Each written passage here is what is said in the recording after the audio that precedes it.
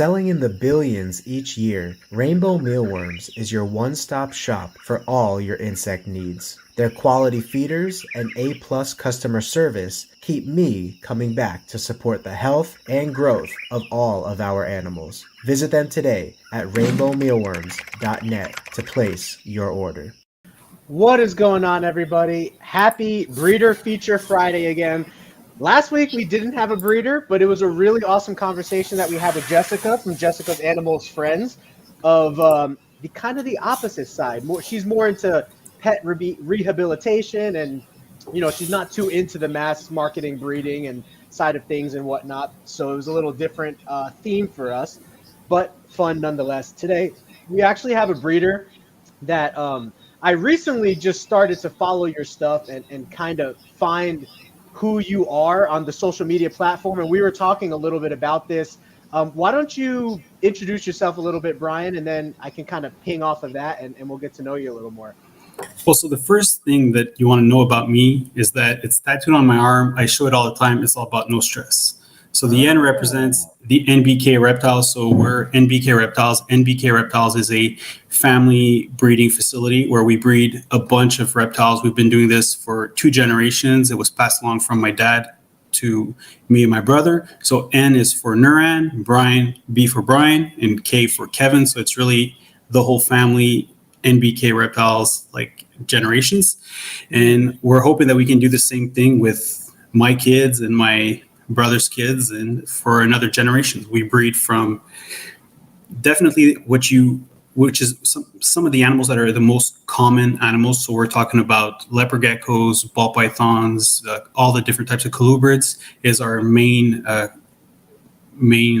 breeding, and then after that we always have like a bunch of different projects, but we do a lot of wholesale. So we own a wholesale business as well called Mutations, where we supply pet stores, and then we do insects, birds, fish, and everything that comes with it. We're basically a one-stop shop when it comes to supplying pet stores, but definitely our main passion has always been reptiles, and it's all about educating. So the NBK Reptiles platform, what is fun about that platform, especially like the YouTube, we've only been doing it for 1 year, is because we got to keep sharing our knowledge. So it's a lot of fun. We've been loving it so far, and we're going to keep doing it as we go.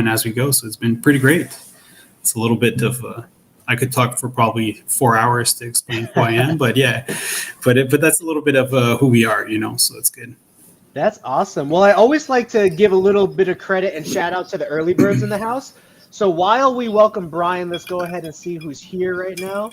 Welcome him with a drink. Drink along, everybody, whatever you got, a water, a juice.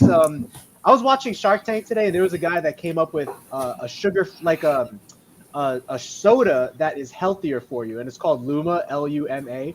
I don't know if it ever took off because I'm a little behind on my Shark Tank seasons. I'm like 10 years back I'm watching right now. But it was really interesting because you know how sodas have like just a ton of sugar in it, but his really didn't. It just had a little bit, and it used like a special fruit to infuse in there to make it like healthier. Anyway, whatever you're drinking, drink along. So we got Henry Hicks in the house, Kyle Dell, Mr. Wizard, Dragon Heart, Haley Lynn.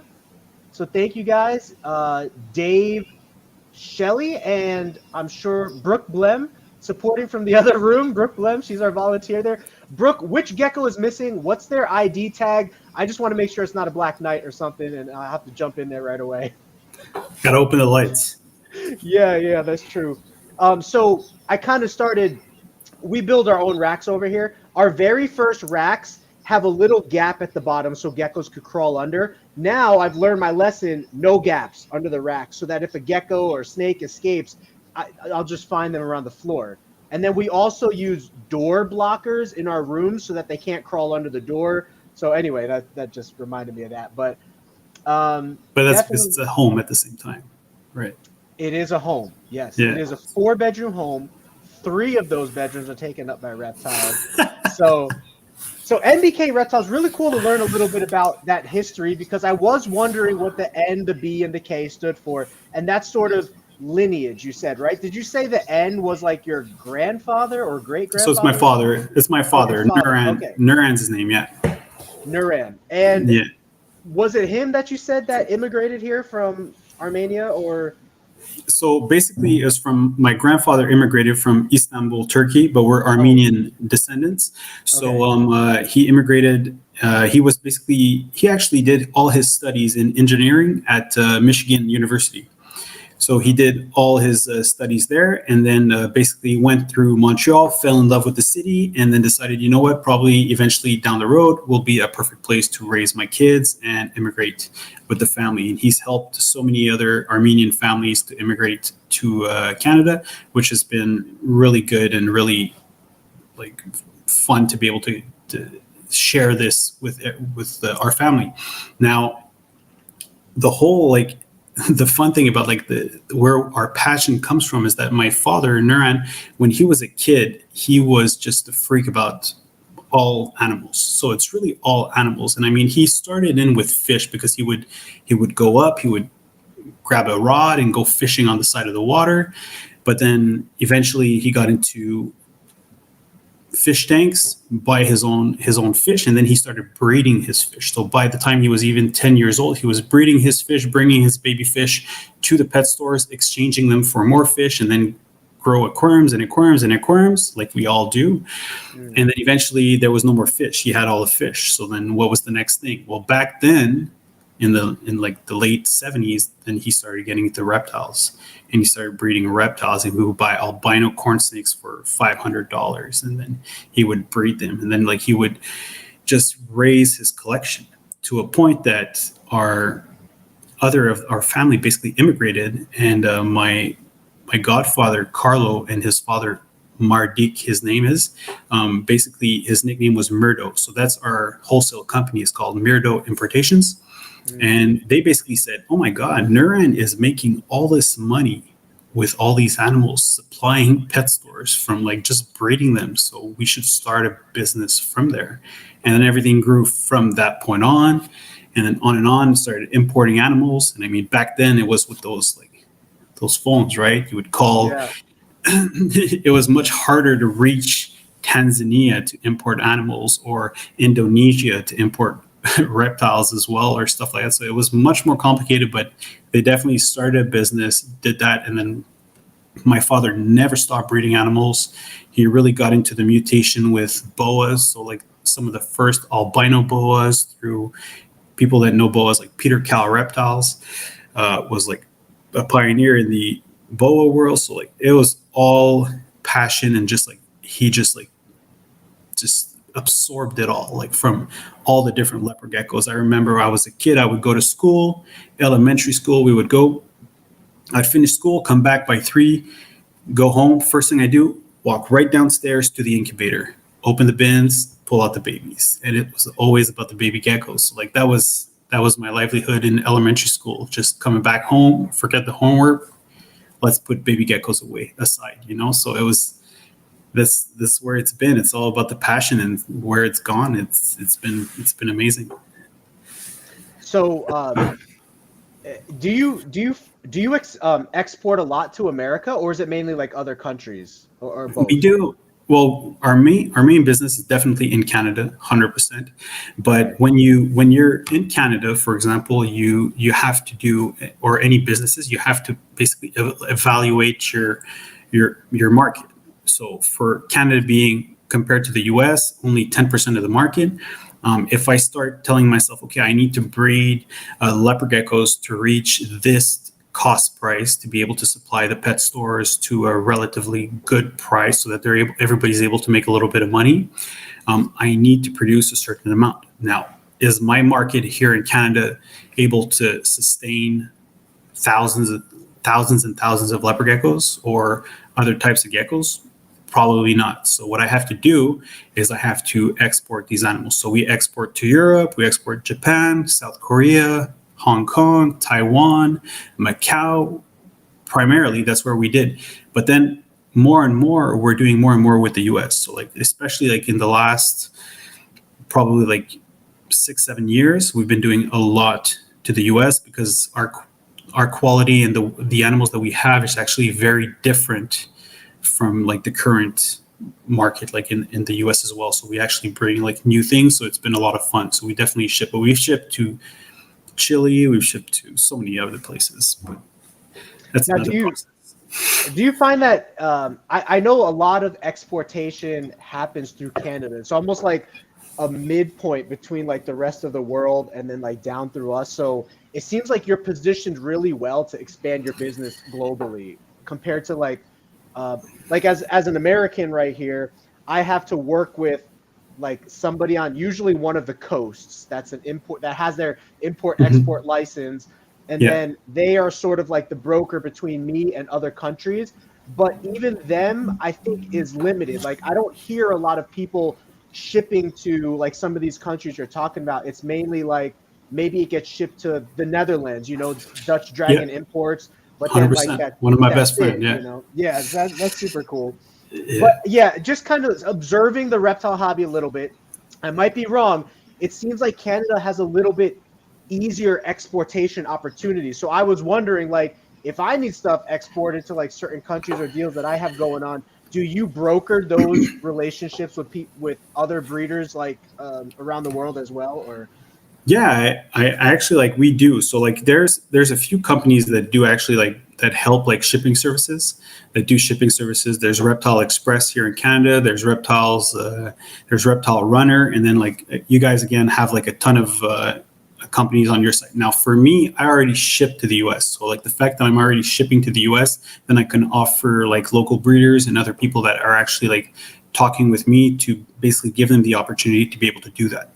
Now, one, you could think, why would I do that? Because it's kind of killing my market. Like I could just sell those animals myself or whatnot. But the truth is that, like I just said before, it's all about, knowing your market. So our market here in Canada, we just don't have as big of a market as the whole world. So by basically allowing us to export everywhere, and the same thing with the importation is the same thing as well, we're able to really build up a nice, strong international community and support everybody and every breeder out there. Like, 10 years ago, it was impossible for a small breeder, like a small scale breeder that would breed maybe like 50 to 100 leopard geckos to say, you know what, like there's someone in Canada that wants one of my leopard geckos. They follow me, they do these things, they want my leopard gecko. How can I get that animal? Because I want to buy it from them. I have loved them. They've shared their passion and their knowledge,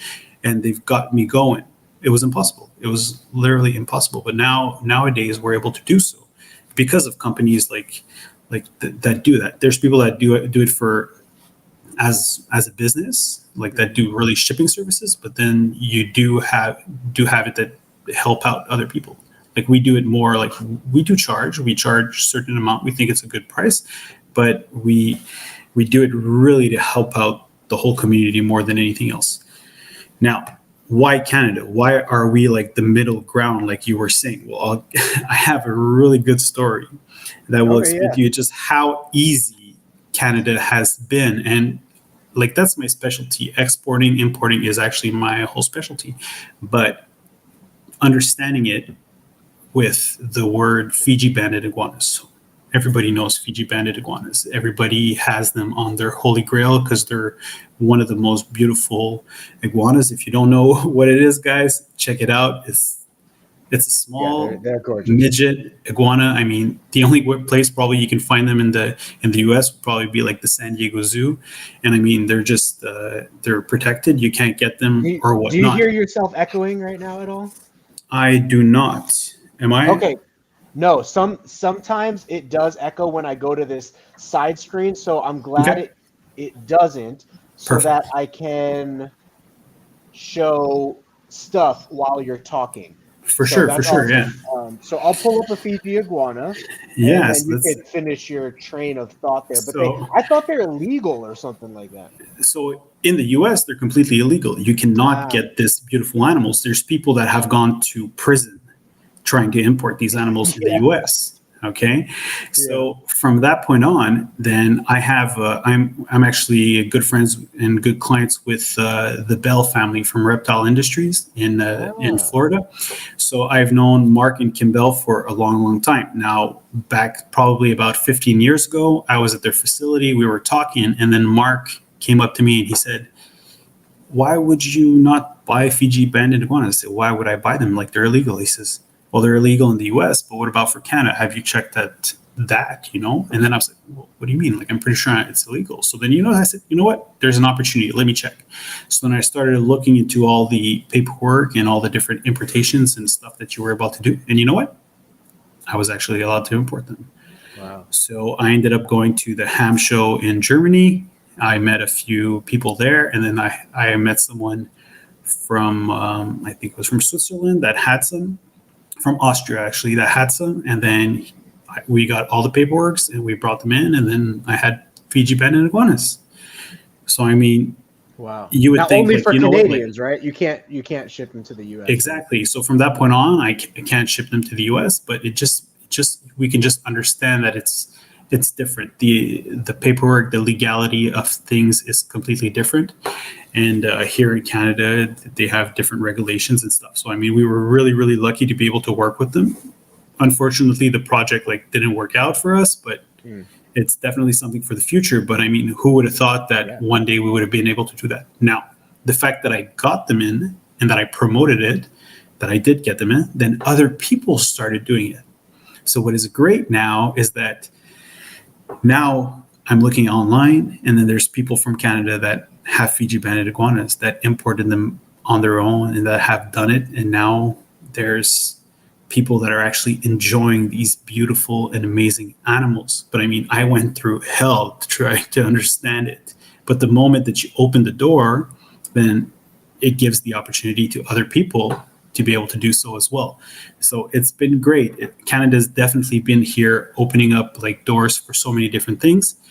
And from that point on, then sometimes it helps to bring things into the US, because sometimes when it comes from Canada, there's different countries, like the US will have different legalities or allowance from certain countries. So sometimes it's just better that it comes through Canada. If it comes through Canada, we basically, how can we say, we're basically going through the main part of the issues, the bigger issues, we'll just push them aside, and then whatever we bring in, then usually the US will sort it all out, and then we'll leave a little bit more. But yeah, it's been good.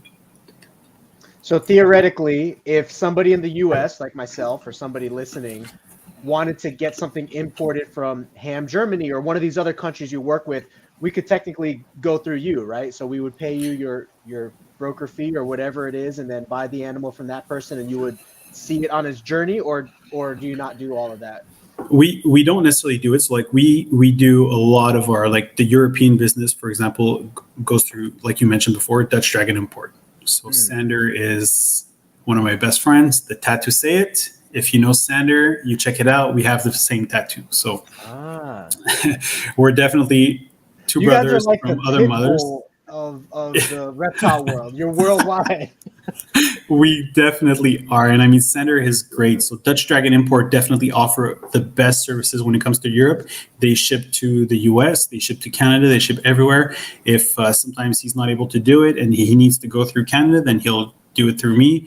And then we definitely work together to be able to make all these things happen, So it's, that's awesome. It's always more complicated than what we think, but everything's possible. But at the end of the day, what is someone willing to pay? Because there are costs related to that. And then sometimes it's very case by case basis as well. Do you guys work with the Asian countries a lot? You mentioned Indonesia. Can you work with China and the Philippines even, or Japan, Japan? Can you work with these other countries as well? Yeah, I have clients in Japan that I ship monthly. Wow. So I do. I have my own clients. They're distribution clients that I supply them with a bunch of different reptiles every month. We've had a lot of business. For me personally, a little bit less, but a lot of people in Canada do business with South Korea. We've done it in the past, a bit less now. I've had Macau and Hong Kong, but Hong Kong has been a little bit different with all their different legalities that have been going on through the last years. Yeah. But most of those, it is possible. I've never done Philippines, but I always tell people, I said, anything is possible. Like to the point that as long as you have the right people and that you're able to get the proper information, then pretty much everything is possible until you're told that it is not possible. Nice. So touching back a little to the history of your company, you said this has been going for 50 years since your dad kind of got it rocking and rolling, and you span all kinds of animals as well as dry good products, mainly for the pet hobby. You're talking dry good, right? 100%. Yeah, we supply.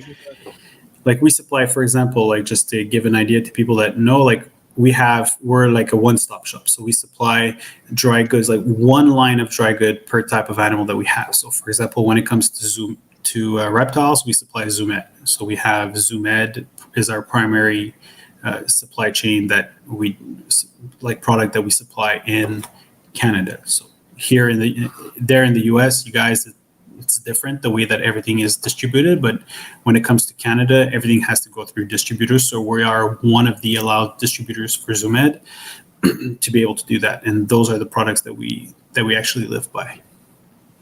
Really cool. I'm gonna flip back to the screen here just to kind of show your Instagram a little, so people can kind of get an idea.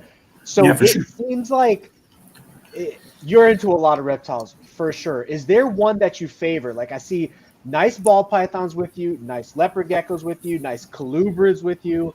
Does anyone have your heart per se? Well, for sure. For me, it's the corn snakes. The corn snakes are by far my personal favorite, but our breeding facility is really 100%. Like I would say like it's based on colubrids, leopard geckos, and ball pythons. Those are our main three. Now, the reason why we do our main three is that it's very hard to be perfect into one level. So especially when you're a business and you have a lot of bills to pay, you have employees and all that. If I would breed only leopard geckos, I would have years that I have no money, and I would have the other years that I make more money. But all my employees, everybody's got bills to pay, everybody's got families to feed.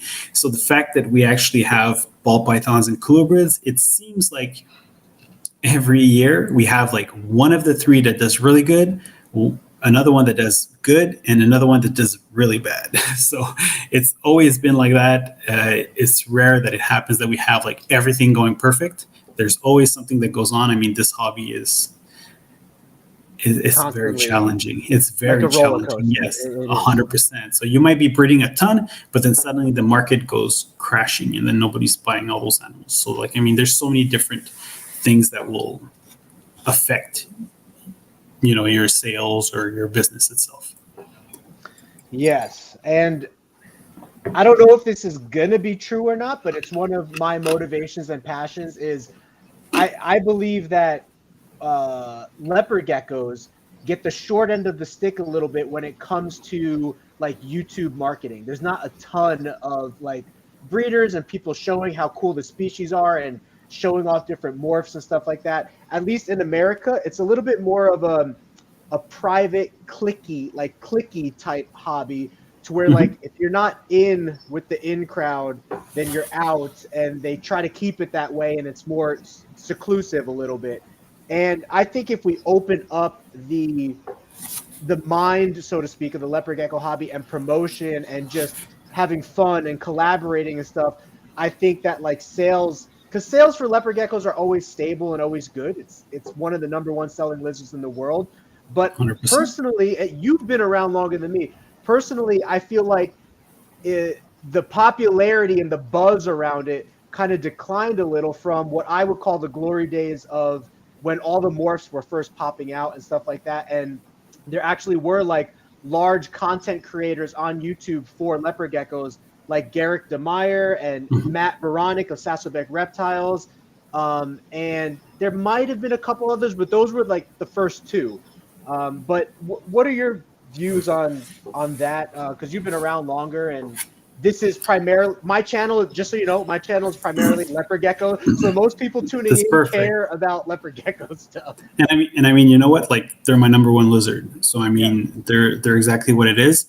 For me, I've taken my whole leopard gecko breeding to like I have like a vision to them, so that I'm trying to go through. But they have been, when I was telling you that like one of the three doesn't do good, well, the last 2 years, my leopard gecko collection hasn't been doing good.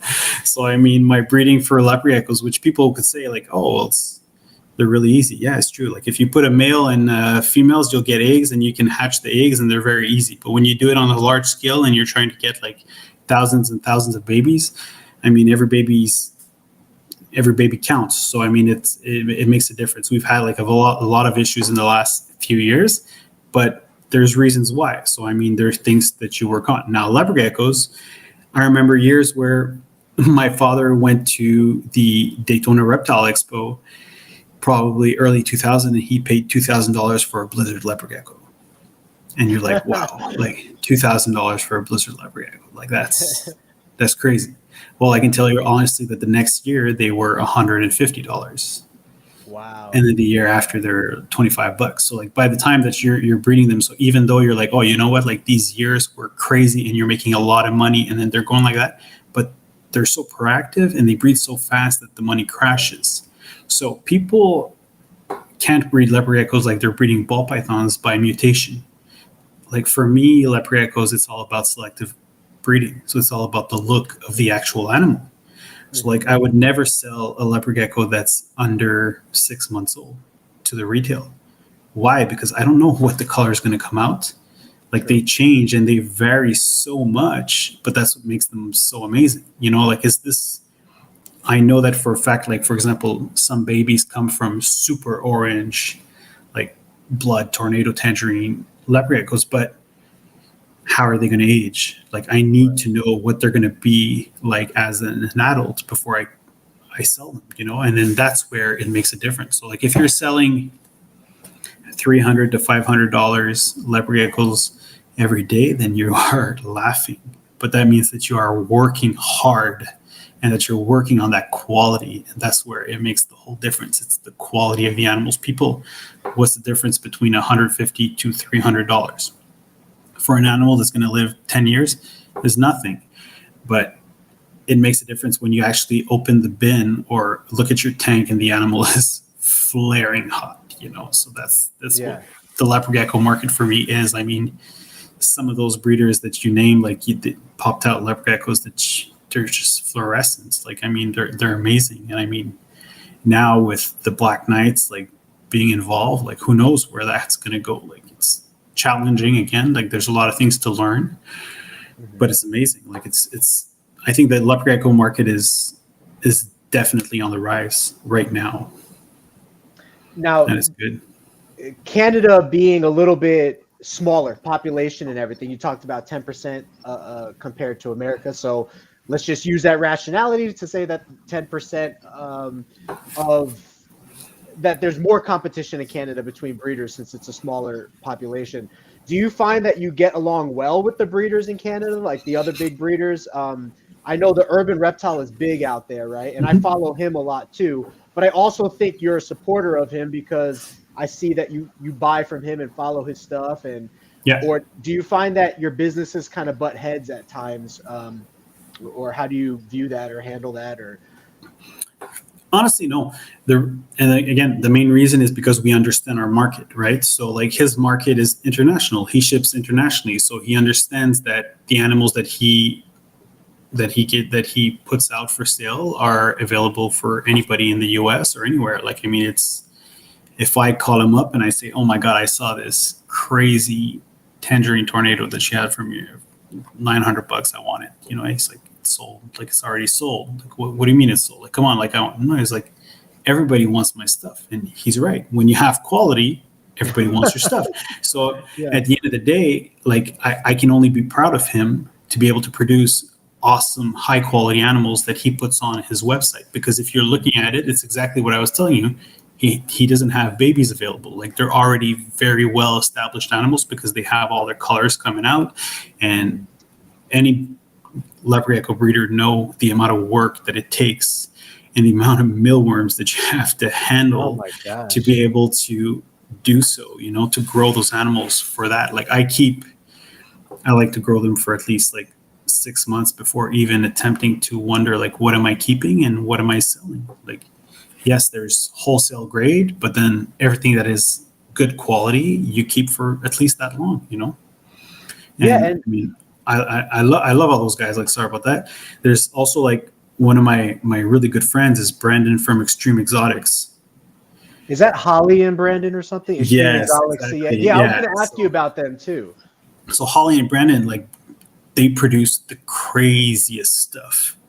But I mean, you wish they would be on social media and sharing their knowledge, because they are so knowledgeable. They are so good at what they do, but they are just so into their passion that, like, the only thing that results out of that is definitely those amazing animals. They produce those lava black knights. They're crazy. They're insane. Like, I mean, who would have thought that Tramper Tangerine Black Knight would be like purple?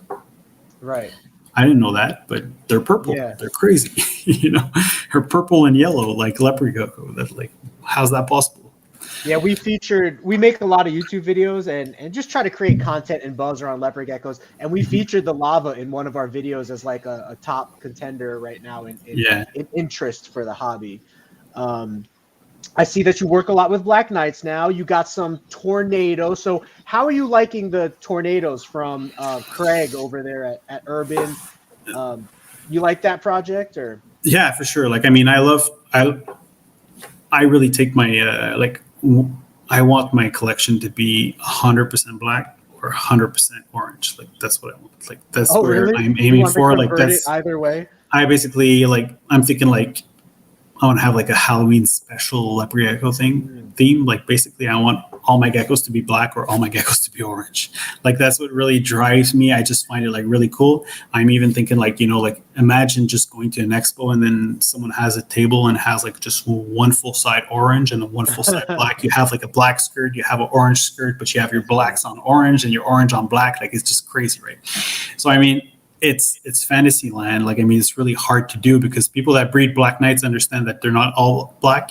Like, most are actually not all black, so it's really, really hard to do, but it's, I just find that they look good, so like, he definitely, Urban has some really like powerful, like orange leopard geckos that are really, really nice. Like, we've been breeding leopard geckos for 30 years, and we've had like animals that come like almost like from the wild, from like very old school line. So we have like our own like hypo orange like lineage that we work on, but it's nothing compared to how bright they are. Like, we work like with a more of a light orange and purple tone to them. But they're so different. There's so many different types of, like the bloods they're crazy, like they're so nice. But the tangerine tornadoes, I mean, again, Craig, I purchased like one from like his, I think he called it, like, I think it was like a super cherry or something like line. It was like, it was almost red. Like, it's orange, it's crazy, but I think they're really, really cool. But orange and black, yeah, that's what I like. So yeah, I saw in one of your videos that you're kind of downsizing the amount of leopard geckos you work with, but trying to increase the quality. But from what you're saying right now, you're saying you're either going to go all black or all orange. That's your goal, or well, it's going to be both. Yeah, definitely both. Yeah. Yeah. So that's really where I want to be able to bring the collection. But the collection, like, for me, like, we had the most ever I produced in leopard geckos in 1 year was about 4,000 babies. So that's the most that I've ever produced. Now, in the last couple of years, I'm producing maybe 100 to 250 babies, like a huge gap. When I was saying like my breeding really is not working good, well, there's reasons why. So there's a lot of things that we've changed towards the last 10 years on how we breed. Like, sometimes, like, innovation is good, right? Like new racks, new ways, but sometimes innovation, you need to adapt yourself to it. So there's a lot of things that we're trying to, that we've actually changed, but we're actually noticing a huge problem in the way that we would raise our leopard geckos, which is, I actually just noticed that maybe in the last year. So basically, back then we would raise all our leopard geckos like in a colony. So like when we would hatch out babies, we would keep a group of babies together, always. How many babies would you find is okay? So it would be like between like two to four. 2 to 4 we would keep together in like a 6-quart tub, or a little bit smaller than a 6-quart tub, or something like that. Yeah. And then what we would do is that every week you'd have like dominant babies. So we would call them. So we would split the different sizes and make sure that the amount of babies that we had would always be the same size. So the ones that are growing bigger, like they would grow up faster, and then the other ones would always like stay together. And we did find that there was some loss, but I mean, again, it's minimal loss, but there was some loss. And when you love animals, you want to save every animal. You don't want any loss. Right. So we basically decided, you know what, like we have room. So we buy like our like special bins that are like very small. And then I think they're like 3-quart bins. And then we basically keep one by one. So we change everything, and we kept every leopard gecko one by one. I mean, honestly, the result was amazing. The result was astonishing. So we would lose almost none. Like everything would grow. We would be able to raise all our babies, and they would grow to like adulthood like really fast. Like it was mind blowing. But then we would put our animals together and then get our families back together and breed them. But then what we noticed is that we had a lot of females that would actually crash, either from the first, second, third, fourth year. But a lot of our breeders would not live more than 5 years breeding them. When back then we used to breed leopard geckos for 10 years. Like it was crazy. Like we would breed them forever, But now we weren't able to do that anymore. And we couldn't just like figure it out. So I basically decided, you know what, like what I'm going to do is I'm going to raise them because we would raise them until like they become like adult size within a year, probably like 14 months, they'd be already full grown. And then we would breed them right away. But then I decided, you know what, I said, let me wait a little bit. And then the little light bulb clicked. And then I realized that it's all about the colony. So the second that I take all these individual leopard geckos and then I put them into a colony, then they need to be acclimated. So they go through a stress period, and stress in leopard geckos, no good, no stress. No stress. Leopard geckos cannot have stress. They don't deal well with stress, especially nowadays with all the inbreeding and the mutation. The gene pool is not that great. So the stress is not good. So I basically had to take like 1 to 2 years almost off of breeding them so that I could go through that whole process of understanding that I need to acclimate them. Every little step that's a change for my leopard geckos, they need to be acclimated. Like if you would import animals from Indonesia, you can't just import them and like put them into a group. You need to acclimate every animal to their new environment. So if you raise a leopard gecko for a year alone, you can't just put them into a colony and breed them right away. Yes, it will work, but it's not optimal for your animal. So we decided, you know what, like we'll grow them for a year, then we'll put them together for a year, the females, and then we start breeding again. And we've noticed that like our females are gaining, like they're getting much bigger, but it takes them probably 4 to 6 months of being like in a colony to start gaining that weight back. It's insane. There's so many people, I don't know if you've heard that, but people would come up to you and say like, how do you get your leopard geckos to be so fat? Like, why are they like so thick and their tail is so big and do that? And I mean, because we house them alone, they have no stress. Like they have everything that they want. But once you change the cage, you got to give them time, to be able to do that. So that's really where the whole leopard gecko, our like whole breeding structure is heading. So we're going there, but we have some amazing stuff. And then probably next year we're going to start cranking it up, and then our animals are looking really amazing. And I can't wait to showcase a bunch of awesome animals that we have. Nice. Yeah, I've noticed that you like I think it was the bells. I saw like a bell group of yours or something, and I was like, man, these animals are nice and chunky. I put it in I actually featured you in my video I released today because I was like, yeah, we were trying to get Craig on an interview, but I was like, second best thing to Craig from what I know right now is going to be NBK because he's also in Canada. The only reason I say second best is because I was comparing Canadians, so to speak, and I was like, I want another That's good. That's good. Canadian. And back when I tried to get Craig on the live stream, I didn't even know who you were at that time. You know what I mean? But it's super cool to have you here, and you definitely produce like really nice looking stuff. And I love how you put like the eggshells of the animals behind the animal in the picture. That's pretty cool. Yeah, that's a little concept we have of ours. Basically, I have this whole knowledge of just understanding, like not to waste. I don't like to waste. We're trying to be, we try to save up all these things. And I tell myself, like, all these eggshells that we hatch out thousands and thousands. So we clean them up and then I make frames out of them. So I have like a bunch of frames that I've made from that. And then I said, you know what, like we might as well use them as a concept to do that. So it's pretty cool. Yeah, it works out really well. Oh, you got a Justin Kabelka shirt going on. Yeah. Well, back when he was JKR, now he's Nova.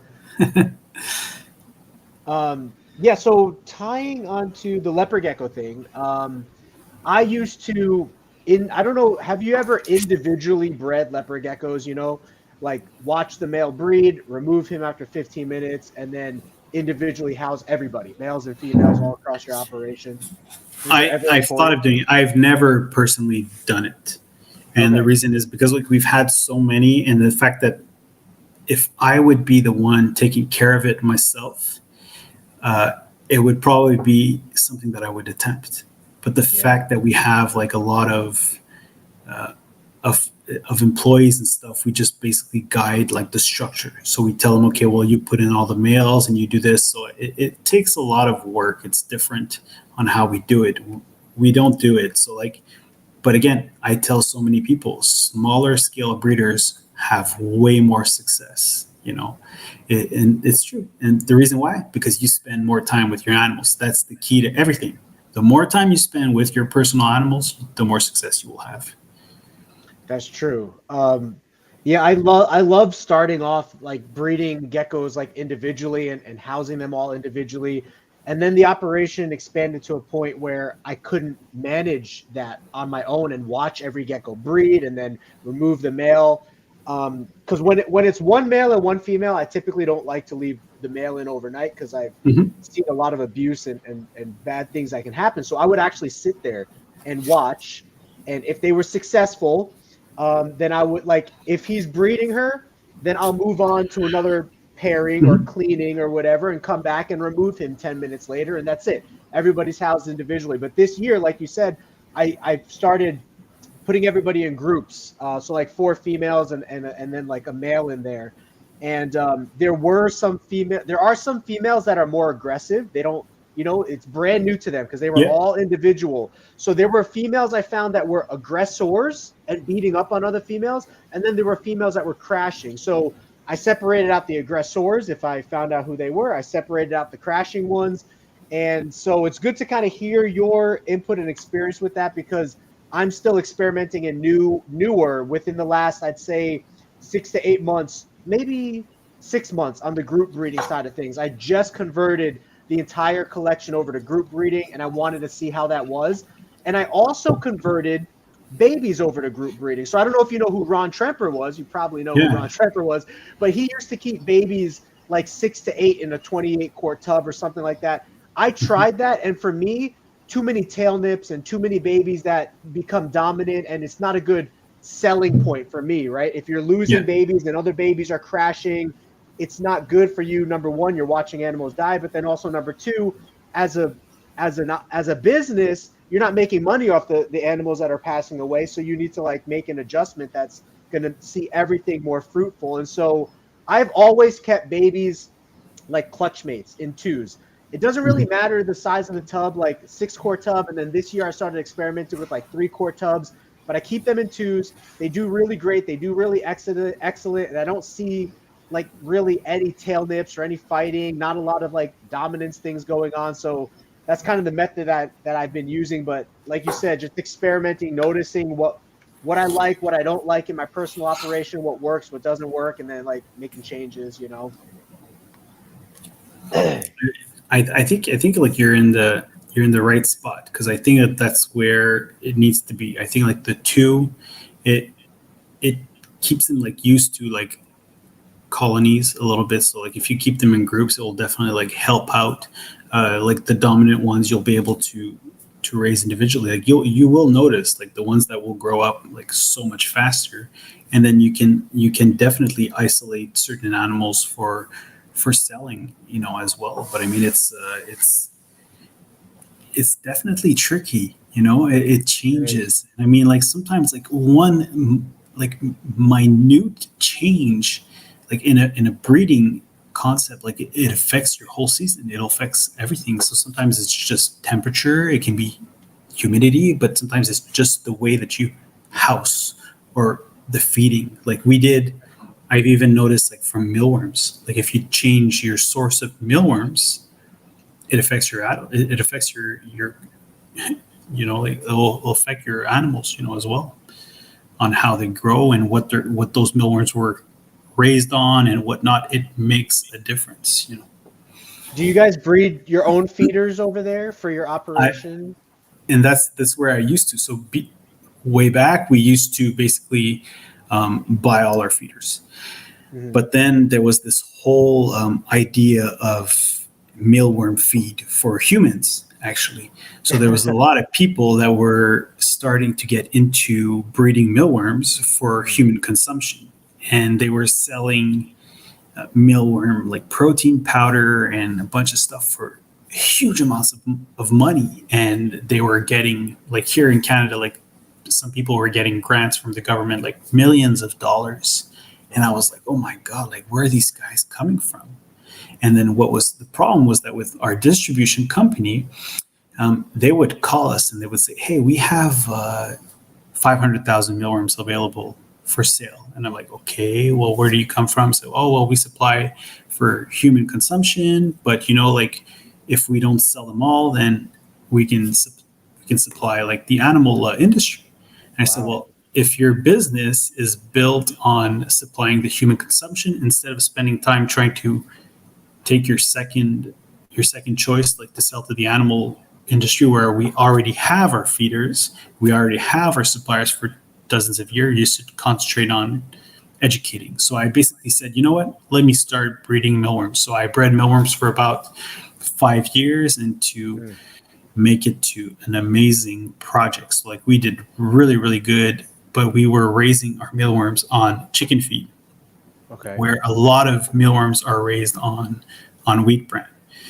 Right. And it made a difference. Like I could see that I find that the animals that, like my leopard geckos would not react as well with my mealworms that I bred that were raised on chicken feed. Why? Is it because that they have like more, like the chicken feed would have like more protein to it. So maybe like the leopard geckos reacted a little bit differently from that point on, or different. And then eventually we were able to get like other suppliers and stuff to produce us mealworms at a better price. But again, back to the wheat bran, and the geckos actually do react like better to that, so it definitely makes a difference. It's crazy. So we stopped breeding the mealworms, but we breed a lot of different ones. We actually raise our own silkworms.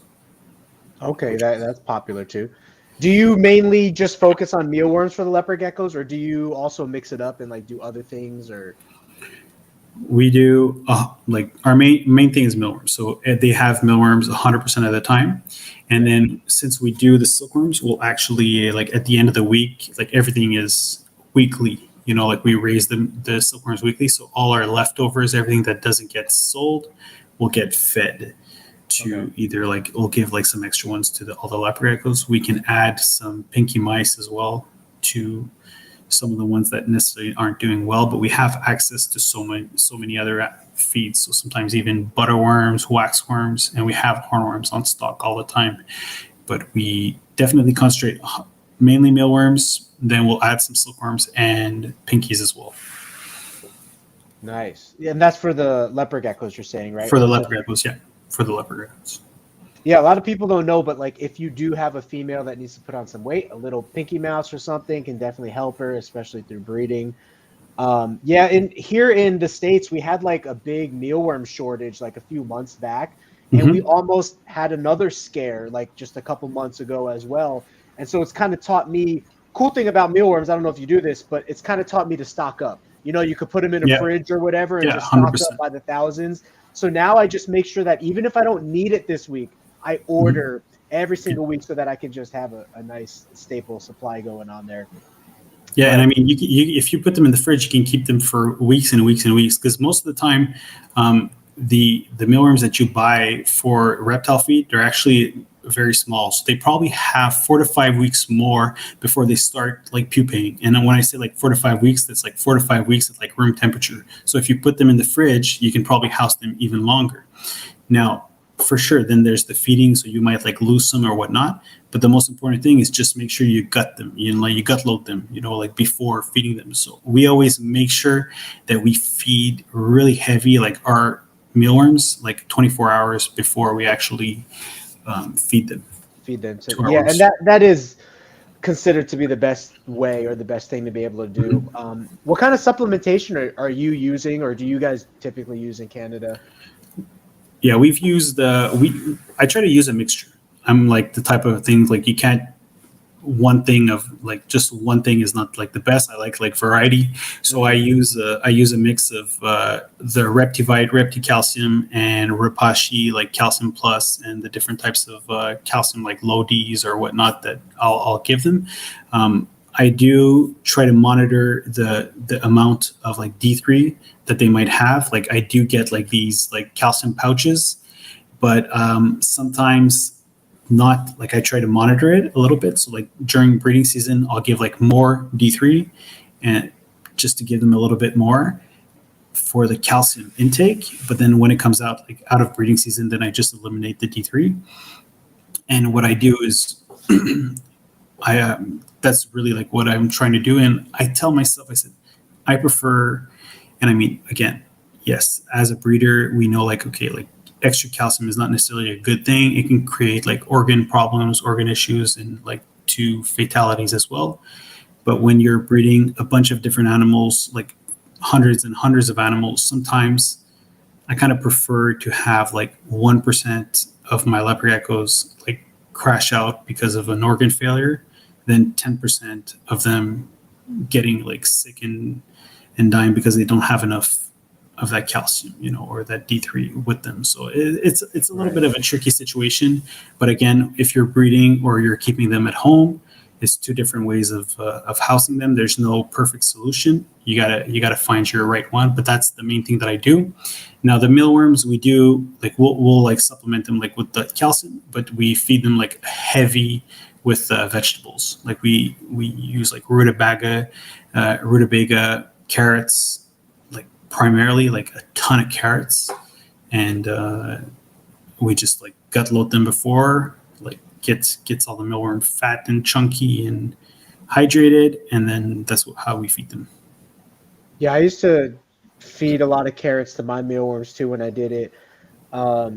But man, the mealworm frass and stuff, if I'm working with mealworms, it really gets me itchy and irritated, and I just did not like it. So it's just much easier for me to buy in bulk from somebody who does it professionally. But then I've thought to myself, I'm like, I'm putting all my eggs in the basket of relying upon this provider to, and if something ever went wrong with that provider, then what would I do, kind of thing. Now I do breed dubia over here, but to me, and maybe you could see this as well, when you're talking about hundreds to thousands of leopard geckos, to me, I think it would be harder to do dubia because they escape easier from the bowls.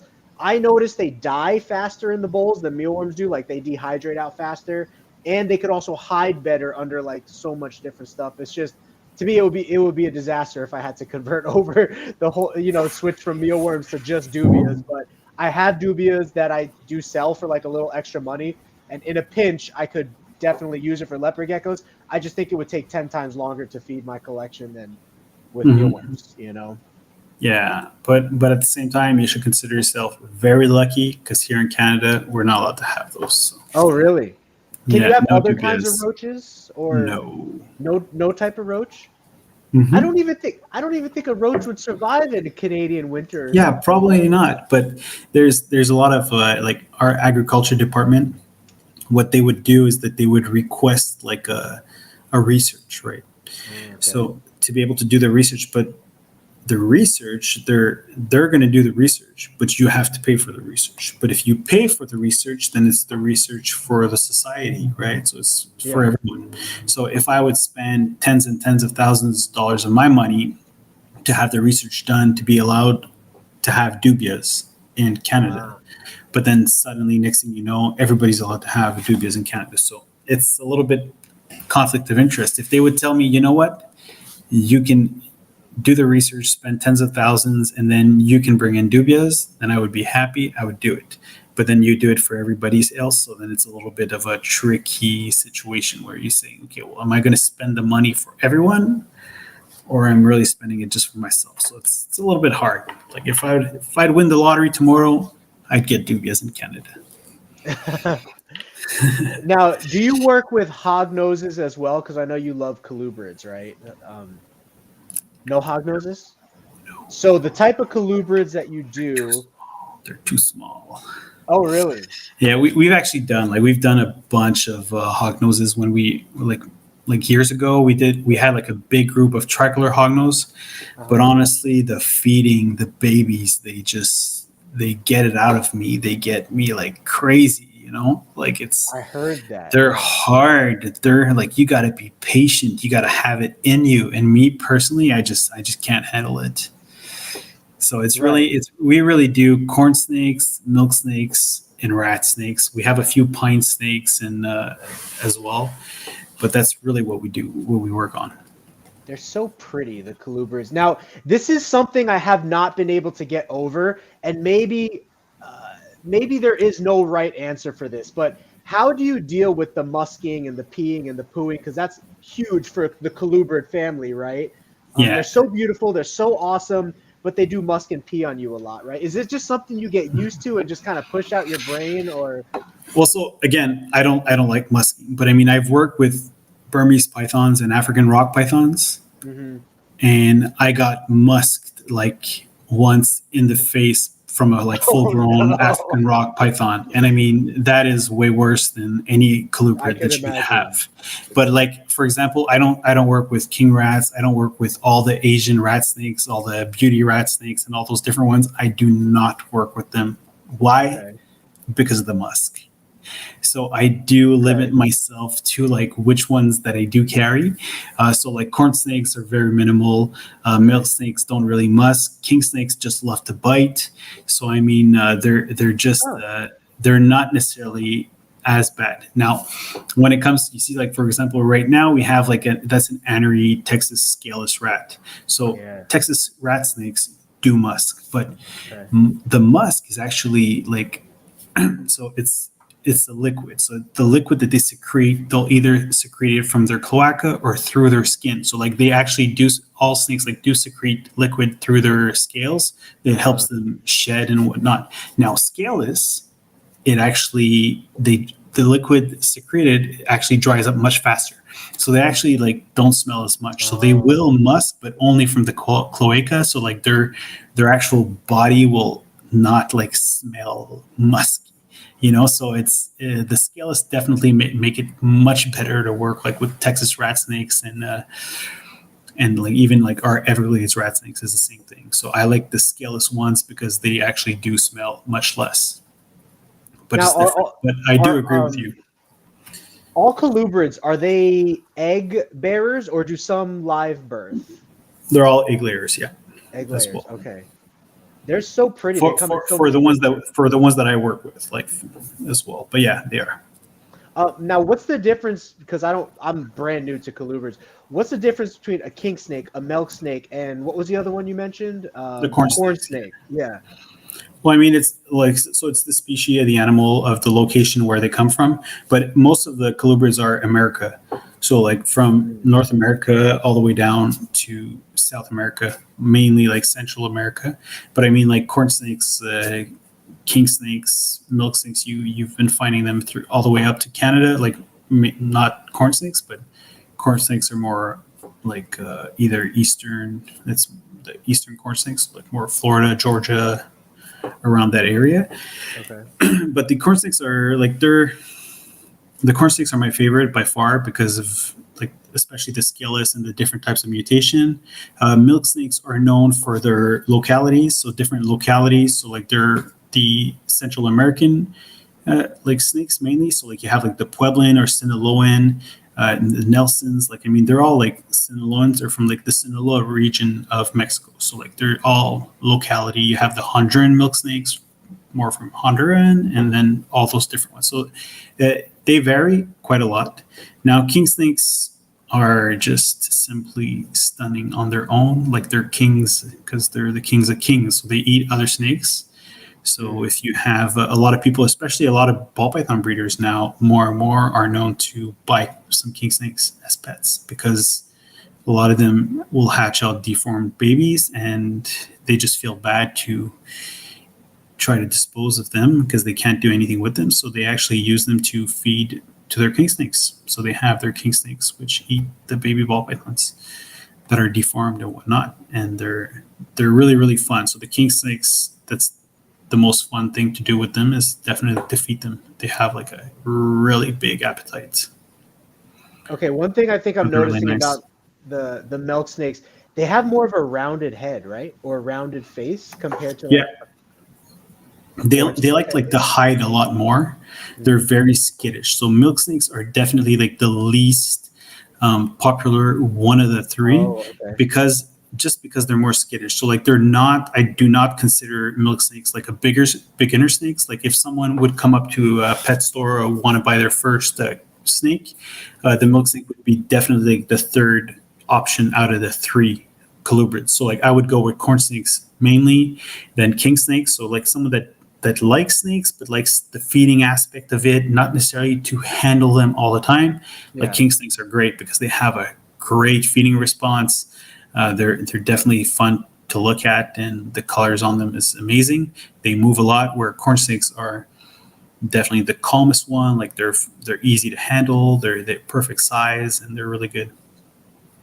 And is this line breeding what we're seeing, or are these actual like Mendelian mutations similar to ball pythons or leopard geckos? You know, like the albinos obviously is an actual mutation, right? But when it comes to what traits are line bred, I guess, in corn snakes, milk snakes, colubrids, and which ones are?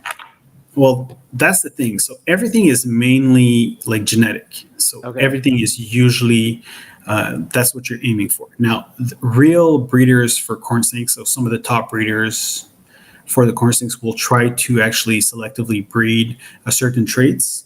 So you do have like certain traits that are bred where like we have some, like they're called like Miami phase, Okatee line, corn snakes and stuff like those will be certain traits that you're trying to influence a little bit more. Now, for me, what killed it with the corns is definitely the second that they became scales. So you see like one of the ones that you just show right now, like the albino one that's on the right. So yeah, that one right there. So that one right there, that's a like, so this is a sun-kissed candy corn snake. So this is very, very basic. Like it's just two genes, but it's selectively bred. So like the main goal, the end result of this snake is to have a snake that is red and white. So most of the colubrids are like three colors, especially like the corns, they're three colors usually. And they usually have like, they'll have like those red splotch, they'll have like a big high white, like highlight on the red, and then they're like peachy color in between. But the goal of this snake is to make it like just a candy cane. So just a red and white snake. So that's the goal, and that's the selectively bred snake that you're trying to get. So these ones are very, like, that's one of the nicest ones that I have actually. Yeah, that's super nice. I've always liked the look of the corn snakes, and maybe I'll get into them one day. So it's good to know. So kind of just recapping, the corn snakes are like the most handleable, so to speak, and like 100%. Compared to the king and the milk, right? But king snakes are great if you want to watch something eat, and they get really big. Do they get bigger than the corn They snake? do. Most of them do get bigger Okay. as well. Yeah. And And the then milk the milk snakes usually snakes are are- usually a little bit smaller. Like the milk snakes are usually a bit smaller, but there are some milk snakes that are actually much bigger. Like there's black milk snake, which the black milk snake is really cool. We did like see it a little bit before, because the black milk snake, what's so amazing about that one is that it starts up as a baby and it's like red, black, and white. Okay. But then like these are Mexican black kings. But the thing is that when they grow up, they become all black. So they actually like change color as they grow, which is kind of crazy that you have like a snake that is 3 colors. They're actually, they're like close to that one. It was like one a little bit before. But yeah, like, so that's the thing. So like they would basically, it's like top left, like on the left, you just went through it. That one, yeah, exactly. So that's So this is like as a baby, you're saying? So that's a baby, yeah. So at a year old, it will get like more black, and you could still like see a little bit of the red. And then as it becomes an adult, it like just transforms to a total black snake. Are there some Crazy colubrids in America that are, which ones are the poisonous ones or the venomous ones? So the coral snakes, yeah. Those are in America too, though, or not? There's America? some like South America, yeah, like South America, America, Central America, even like South US. Like I believe there are some. I'm not exactly familiar. I'm not on those, but yeah, they say there's a saying. It says like if red touches yellow, like I said, if red touches black, you're okay, Jack. But if red touches yellow, you're a dead fellow. Yes, that's what I was thinking of. And So the milk it, snakes yeah. remind me most of the red and yellow saying snakes, I believe. They also Yeah, to me look a little bit like, I don't know, sea kraits or sea snakes a little bit more, maybe because they're rounded snout. The rounded head, yeah. Yeah, the rounded head. I just saw him a second ago, but for any of you guys who follow ball pythons, you know that Brian, which is our guest, his boy works for him over there, DPR Reptiles, right? Yeah, So, yeah. Antoine from DPR Cold Blood, yeah. Check him out. He just sounds so exotic. I just thought it was from like, overseas somewhere. But he's with you. He's one of the other, I guess you could call faces of the business, because like yes, on 100%. social media. Yeah. How would you? He's my describe Padawan. How did you meet your Padawan, and like how do you view your relationship with him like moving forward? Does he want to be with you for life, start his own thing, kind of thing, or just take it one day at a time? Well, the most important thing is that we're friends for life. So like we've built a relationship that we're going to be supporting each other for life. So I've known Antoine since he's probably around 12 years old. He was a little kid. He was making videos about his bearded dragons. He would breed his bearded dragons. He had like a great support cast of his family, like really supporting him through such a young age into like his passion and getting involved into these things. And like this guy, he's just so passionate, and he like just absorbs all information. And once he realized like about the ball pythons, he just fell in love with all ball pythons to the point like the mutations and stuff, like it drives him totally crazy. Like the guy literally wakes up in the middle of the night and he has like a pad beside his bed that he'll grab like a pen and paper and start writing like different combinations that he could breed like in the middle of the night, like being like, oh my God, if I breed this snake, if I breed a blackhead, yellow belly, clown, desert ghost with this awesome red stripe, yellow belly, a fire, monsoon, then I can make all these things. And then in 5 years, I should be able to breed those things. And then this, and then like he never stops. Like he'll write like a full page in the middle of the night, but okay, now I can go back to bed. You know, like I'm serious. Like that's how he is. He's obsessed about the ball pythons. And I mean, from that point on, I've known him through a herpetology association that we were supporting as helping with funding and all that, like from the past. We had a visit, and then basically when he was in school, he had a stage. So he had like he had to go and like basically volunteer at a facility or for business or whatever. And he came to my facility, he volunteered, and then he worked with us for like a month or two, and then we offered him a job, and then we've been working together ever since. But now he's definitely 100%. I gave him 100% control of the ball python collection, and he has his own collection also in the facility. He has his own room, and he's doing really great things, and he has an amazing future. So definitely been mentoring him. And I mean, what I hope the most is that he's going to be able to enjoy this passion and keep doing this for the rest of his life. But it's quite something, I can tell you. How long has he been with you now? This is his page, by the way, for anyone who's Yeah, wondering. that's it. So he's probably been with us for about like 4 years, 4 or 5 years, 5 years maybe. 4 or 5 years. He has a YouTube Yeah. channel as well, which is separate than your YouTube channel, which has some. Oh, there's those bells, the big bells right there. Yeah, Big that's bells. it. Yeah. So who would have thought you were talking about like videos about leopard geckos? But that's one of my most viewed videos. Just True.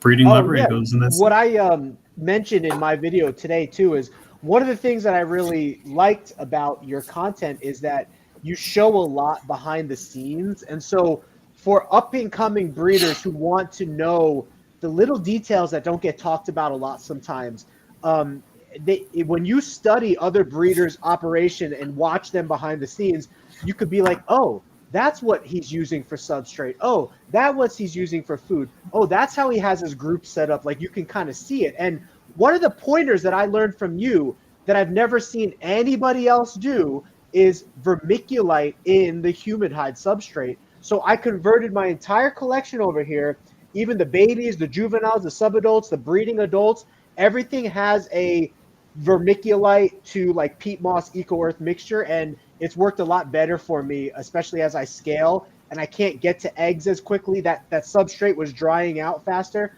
but with the vermiculite, it's been holding moisture a lot better, and it works really well. Mm-hmm. But that's a great point what you're saying, because I mean, for me, when I first started working, like I mean, I've been in this hobby my whole life, but when I first started getting full time into this hobby about like 15 years ago, I would visit facilities, right? So I would go to a show in Florida, then I would go visit reptile industries, then I would go visit breeders and talk to them and do that. And when I had people visit my facility, then basically people know me. People that know me, they know like once I start talking, I never stop. So I just keep talking and talking, and I have no secrets. I have nothing to hide, because knowledge is power, and power is definitely a better industry, which is perfect. And that's where we want to go. You know, we want to better this industry every day. So if I can be able to give as much knowledge and experience from the good and the bad, so that people can learn from it, then that's great. So when I started the YouTube channel, I told myself, I said, I need all my videos to be raw footage. Like I just come up, I tell my staff, I said, grab the camera, start filming, go now. And then I don't know where it's going to go. I have no idea how the animals are going to act. I am not staging nothing. It is 100% raw footage. And the reason being is that that's literally my life. Like this is literally how we do things. It's it's improvised, 100% improvised. We're just going with it, because I can get a call from the day to the next from my alarm company stating my incubator is overheating right now, and I have a flood in my facility. I have all these things that can happen, that have actually happened, that I need to run and rush, and it's 24/7. It's all the time, and we find time to make those videos, but it has to be raw. I don't have time to edit all my videos and to do this, which is great. And I mean, I appreciate all the quality videos of people like editing and showcasing and all the mismatching of and creating like digital art. It's amazing. Yeah. Right. But B-roll, they call it B-roll. Yeah, exactly. And I mean, it's amazing like what people can do with that weight. But I know the reality of it. And I know that the reality of it is that if you flip that camera, the whole place is a mess, because we're always like running around and making it work, you know, like from packing to go to a show, or pulling out hundreds of eggs, or or feeding all those animals, or collecting rats. Like we have 300 ball python breeders, but to have 300 ball python breeders, I need to have like Your own 600 rat. adult rats, right? And I'm breeding like I have like one room of ball pythons, but I have like 3 rooms of rats just to feed my ball pythons. Like it's crazy, but it's part of it, you know. And it's amazing. That's how I like it. So that's really what the content that we're trying to do, and it's only the tip of the iceberg. But are you close to mutation creation at all, like proximity wise or even relationship wise? yeah, relationship wise, we are pretty close. We like to call each other, especially on the harder times, because we know what we're actually going through. But we're about like 6 hours away. Oh, so that's pretty far then, yeah. Because I know for most big ball python operators will breed their own rodents, but he doesn't. So I was wondering if he got them from you or from maybe another big rodent breeder up there in Canada or something. But Yeah, I'm too selfish. Like all the rats I breed, I keep them. But no, I'm just playing. But no, he has like the best is to go locally. You know, like if you're able to have someone to be able to do it for you, there's a lot of people that are actually allergic to rats. But like you were talking about mealworms before, a lot of people are actually allergic to the mealworm frass. Like they have a hard time like breathing it and whatnot. So I mean, you can breed them yourself, but a lot of people don't have that opportunity to be able to do so. So they will decide to buy them, but you got to go locally. You know, even if you pay a little more, like go locally and try to make sure that the quality is great. You know, the quality really makes the whole difference. so yeah, I started breeding my own. What's up, Alyssa? I started breeding my own rodents mainly out of convenience.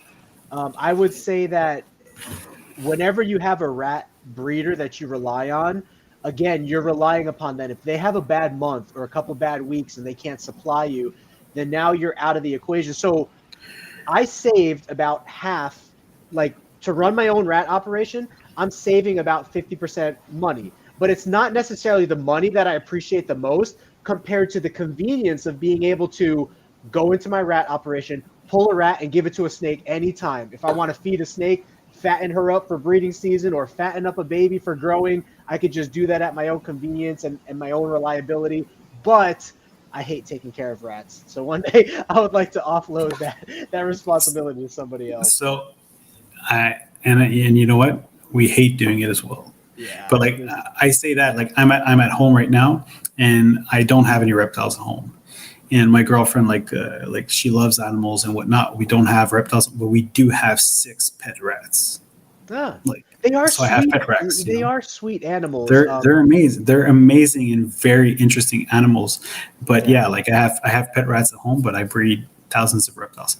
But yeah, like we had way back then, we always used to breed our rats. Like since I remember I was a kid, we had the rats in the garage. We would wake up on the weekend. My dad would pay us like $2 and then we go wash all the rodents and all that. We were like definitely slaves, but like we were getting overwork right now. But yeah, it's always been amazing.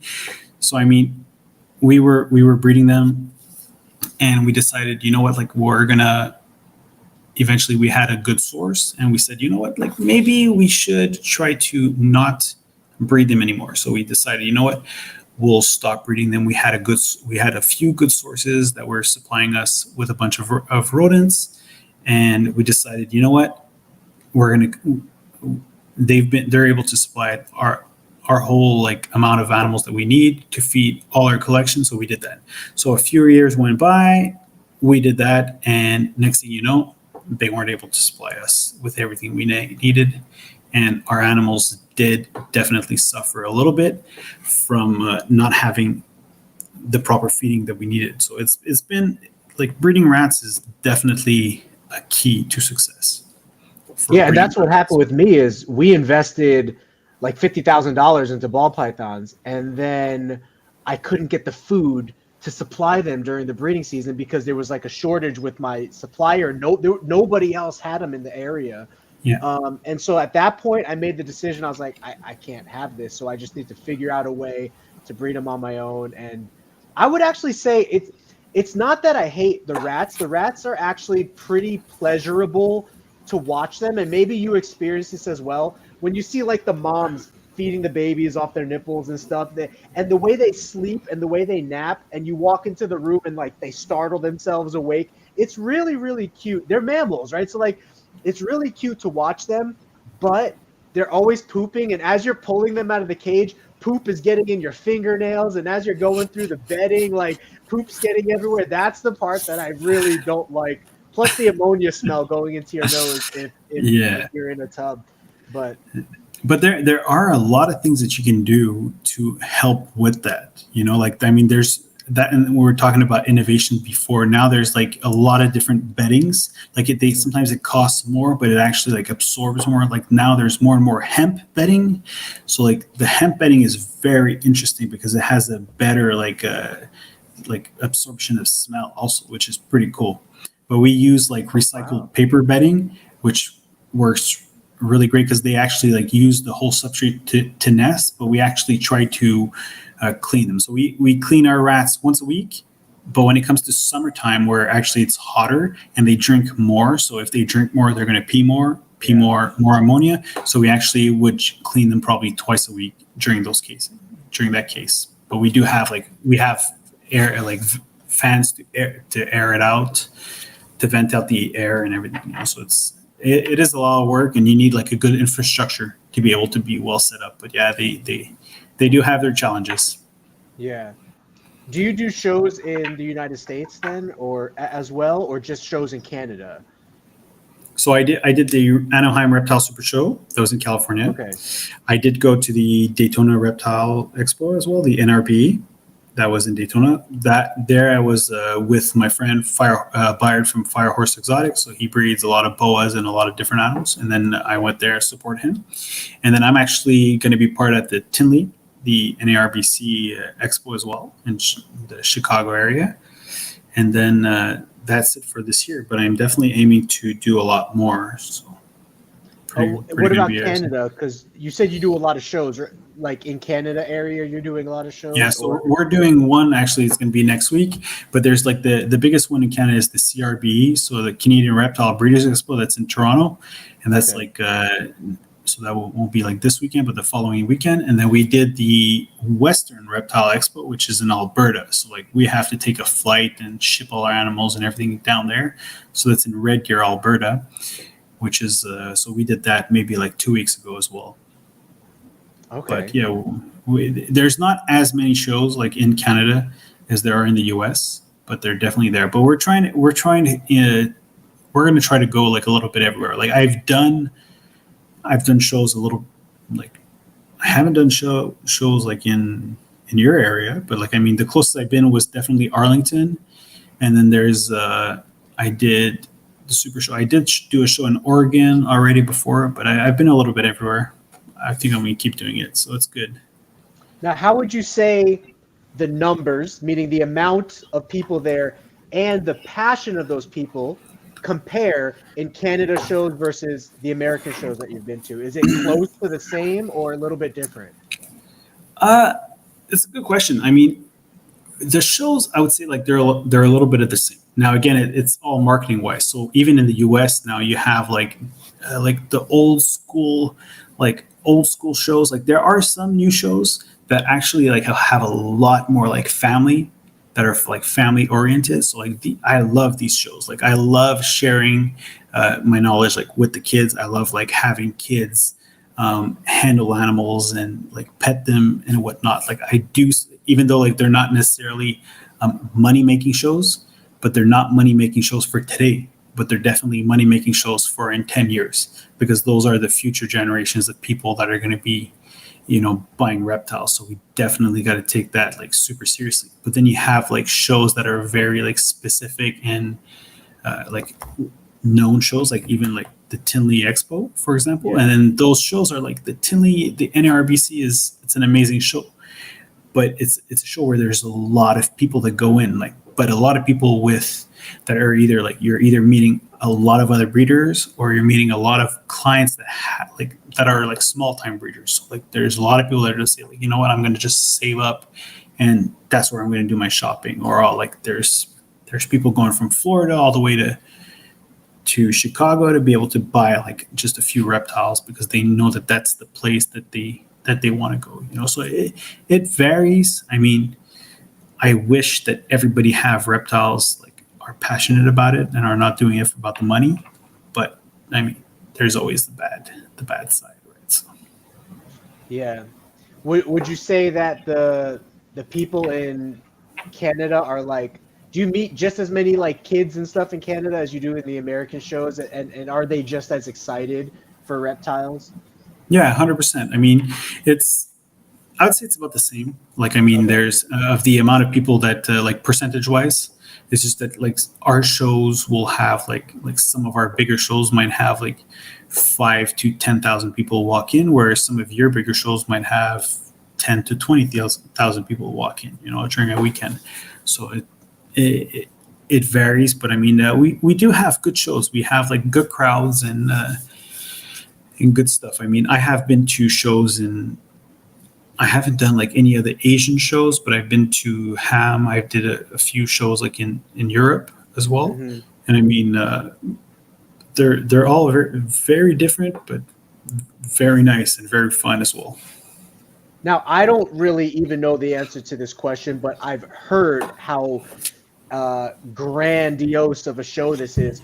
What's the deal with ham? Why is ham such a big deal in the European market, and how does that connect to being a big deal to the American market? It's like it's the heart.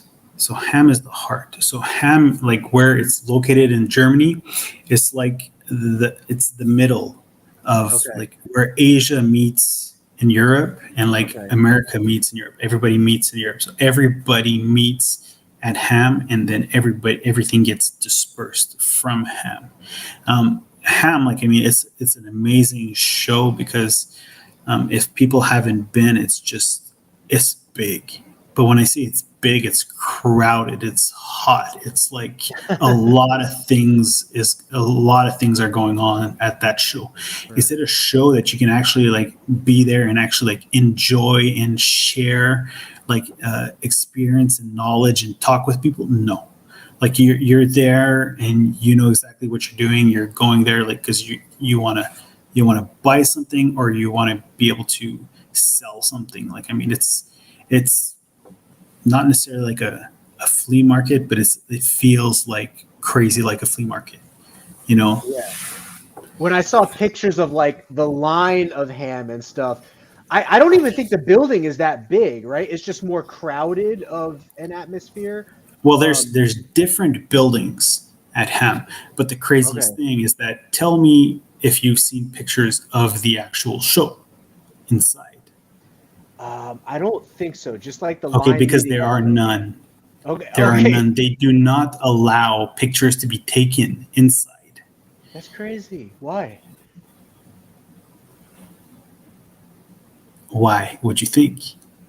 It's because it's too much. It's too much going on. There's just too much going on. It would be like a bad look for the hobby, maybe. Like they would think that it would look, like you said, too flea market-y or something like that. It is a little bit too flea market. Like, I mean, when you walk into a show like in America where people like spend money into all their nice booths, I'm not saying that there's none of that. There are like some amazing booths and amazing like people that are there, but the fact that it's the amount of animals that get distributed in such a small area, where it's a big area, but the amount of animals that go in and out is bigger than what you would ever see anywhere else. So the fact that there's so many animals that get like moved around, like it's just impossible to be able to do that. Like people, I remember that my first experience at Ham, probably about like 10, 12 years ago,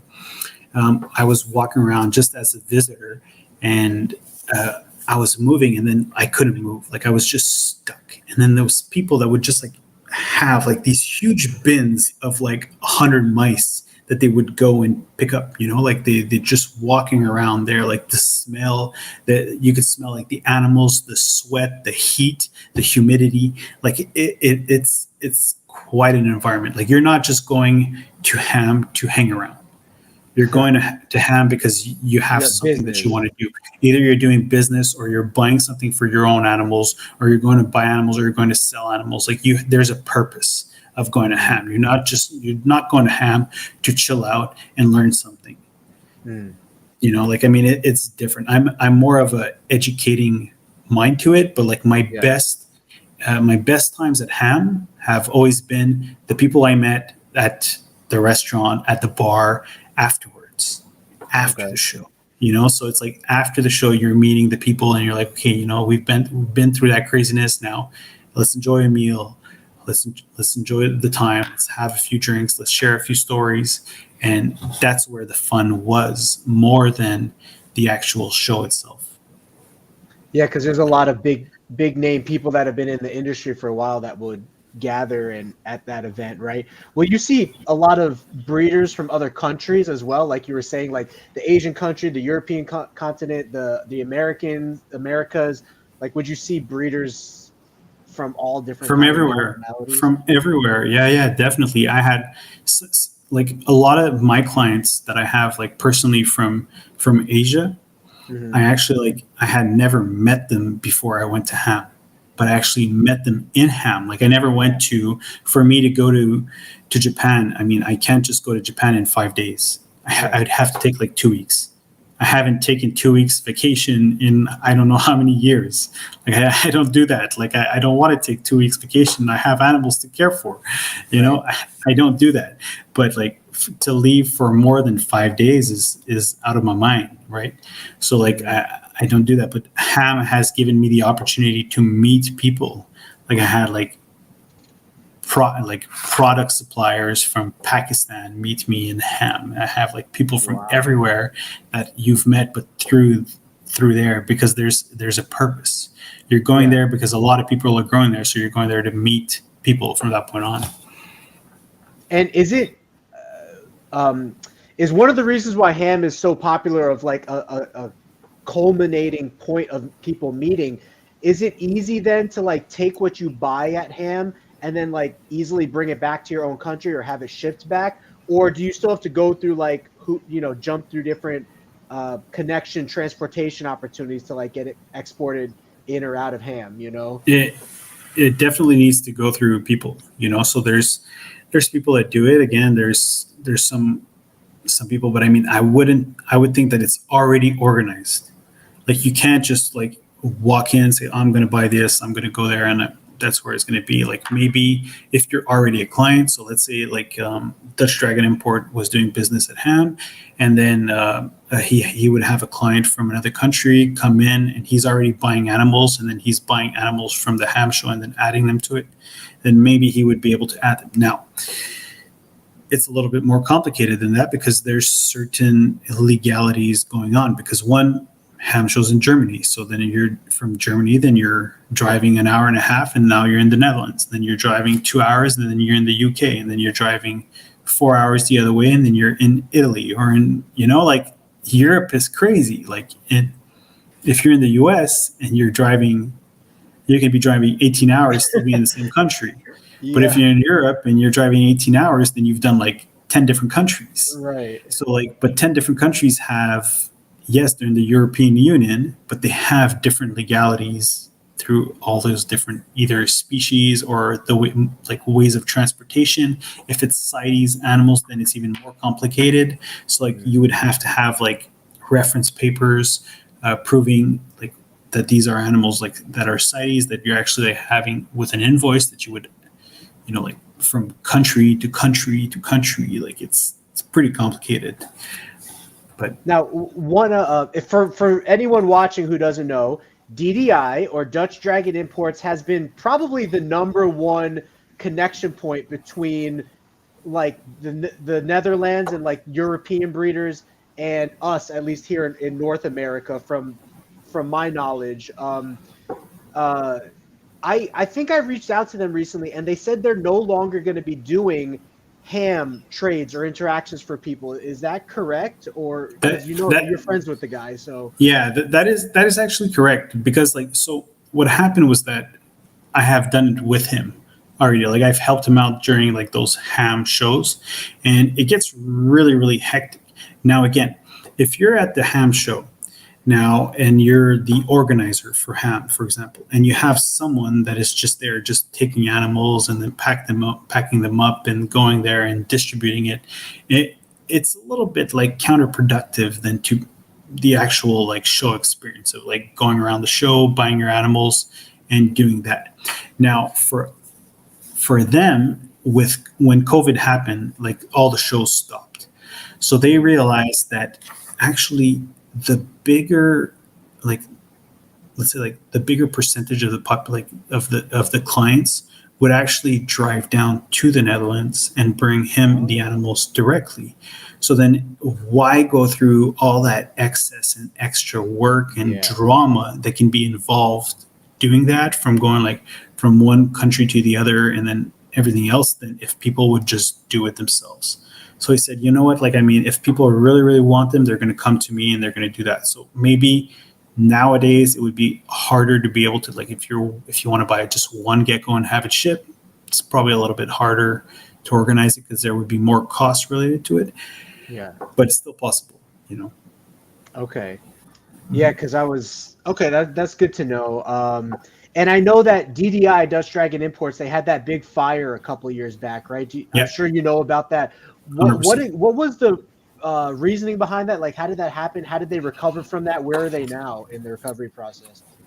Exactly what happened, I'm not 100% sure. You would have to be able to discuss with him from that point on. But what I know is that these guys are so dedicated and passionate about their animals that they did everything that they had to do to be able to save as much as they did and to like start fresh. So they have like their own like Amsterdam, like they call it the gecko farm.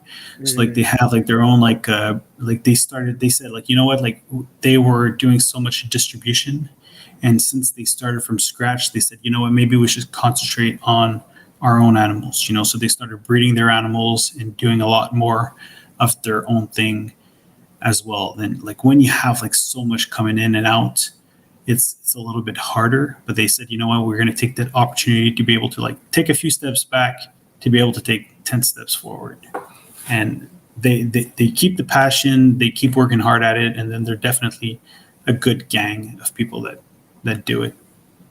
Yeah, because I mean, as far as I know, they're the only connection. Like if I wanted to ship to somebody relatively in the UK area, I would have to go through them. I know nobody else to go through. And I know there's a lot of people in America that want to make those trades. There might be other people to go through, but I don't know. It's not like common knowledge. You really got to go dig in and asking breeders and exporters in America, you know, for our fans, since we're mainly American based. But I think I understand this question correctly, but Alyssa, correct me if I'm wrong. She says, how do you transport animals back from other countries? And she was asking earlier about doing shows. So maybe that's what she was getting at. When you guys are doing shows like in Canada and then you come to California, how much does that shipping cost? And like, is that a big process and expense for you? Alyssa, correct me if I'm wrong. I'm not sure if I'm understanding that question correctly. But that question is amazing because it's really good and it's very unpredictable.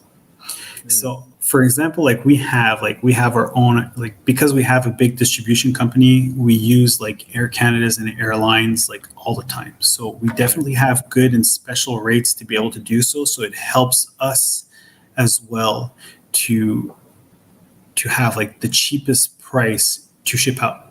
Now, with COVID and everything that's been happening with all the airlines and gas prices that have been going up, well, freight prices have been going up as well. So the shipping part of it is definitely more expensive. Now, when you're doing a show and you're wondering, how is this show profitable?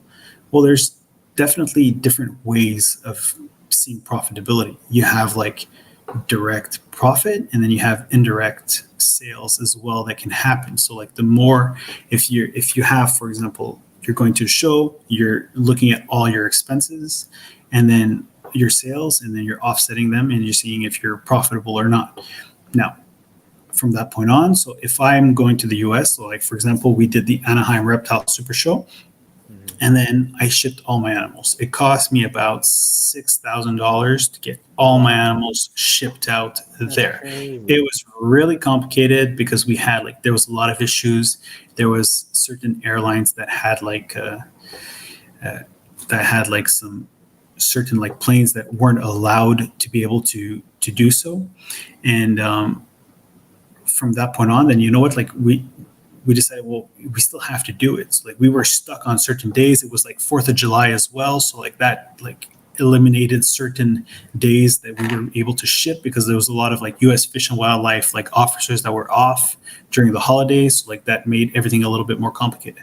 But luckily I have great people in the U.S. So once I finished my show, then I sent out my animals to Firehorse Exotics. So Firehorse Bayard, which is a good friend that we've known each other for 20 years, if not more, he'll hold my animals and he'll care for my animals, and I'll take care of him on that part of it.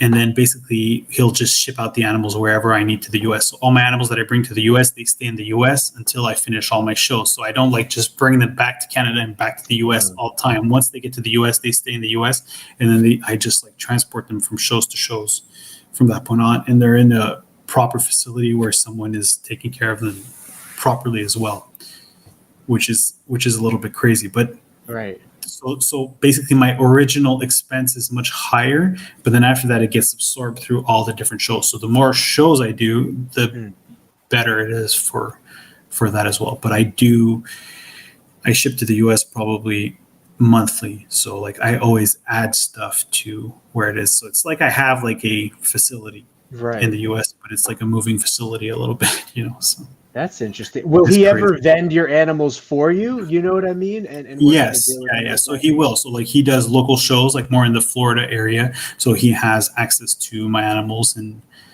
do that and make his share on them as well. Okay. How you doing on time wise? I know it's late over there, and we've been talking for a little bit.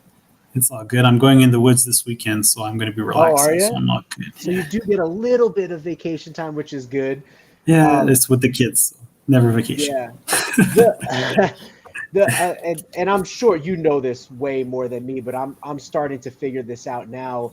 The animal hustle, so to speak, is an extremely, I don't want to say stressful hustle, but extremely time-consuming hustle. It's a worthy sacrifice that you would make, or I would make as a person who's into reptiles. The joy that we get out of breeding them is fantastic, but the amount of time that you need to put in to support thousands and thousands of eggs and animals, and for you, employees, anyone who missed it, NBK Reptiles has 45 employees. I didn't realize how big you guys actually were, but that's a lot going on.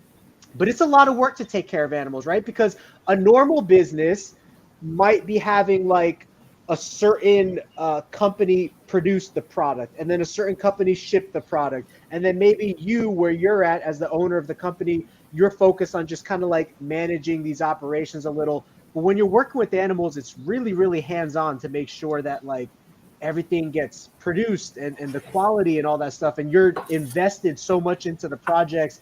It's a lot that sometimes you have trouble getting away, right? And like finding time for yourself, so to speak.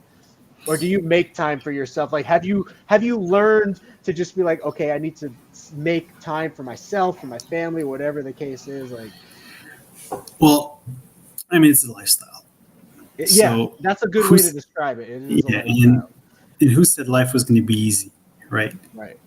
It gets easier when you're actually doing what you love. So that's the way I'm seeing it. I mean, I'm thinking that 100 years ago, people would work 18-hour shifts just to provide a meal on the table, right? So we're here working 18-hour shifts, having access to hundreds of amazing colored different like animals, and like I'm living off my hobby. Like it's crazy. Like I'm lucky doing it, but I'm lucky to do so. But again, nobody said that it's going to be easy. Nobody said that it's going to be for everyone. It's not. Can anyone do it? Yes, 100%. Like, I mean, anyone can do it. It's possible, but we do work all the time. But that's because it's a lifestyle, and you decide where it is that you want to do.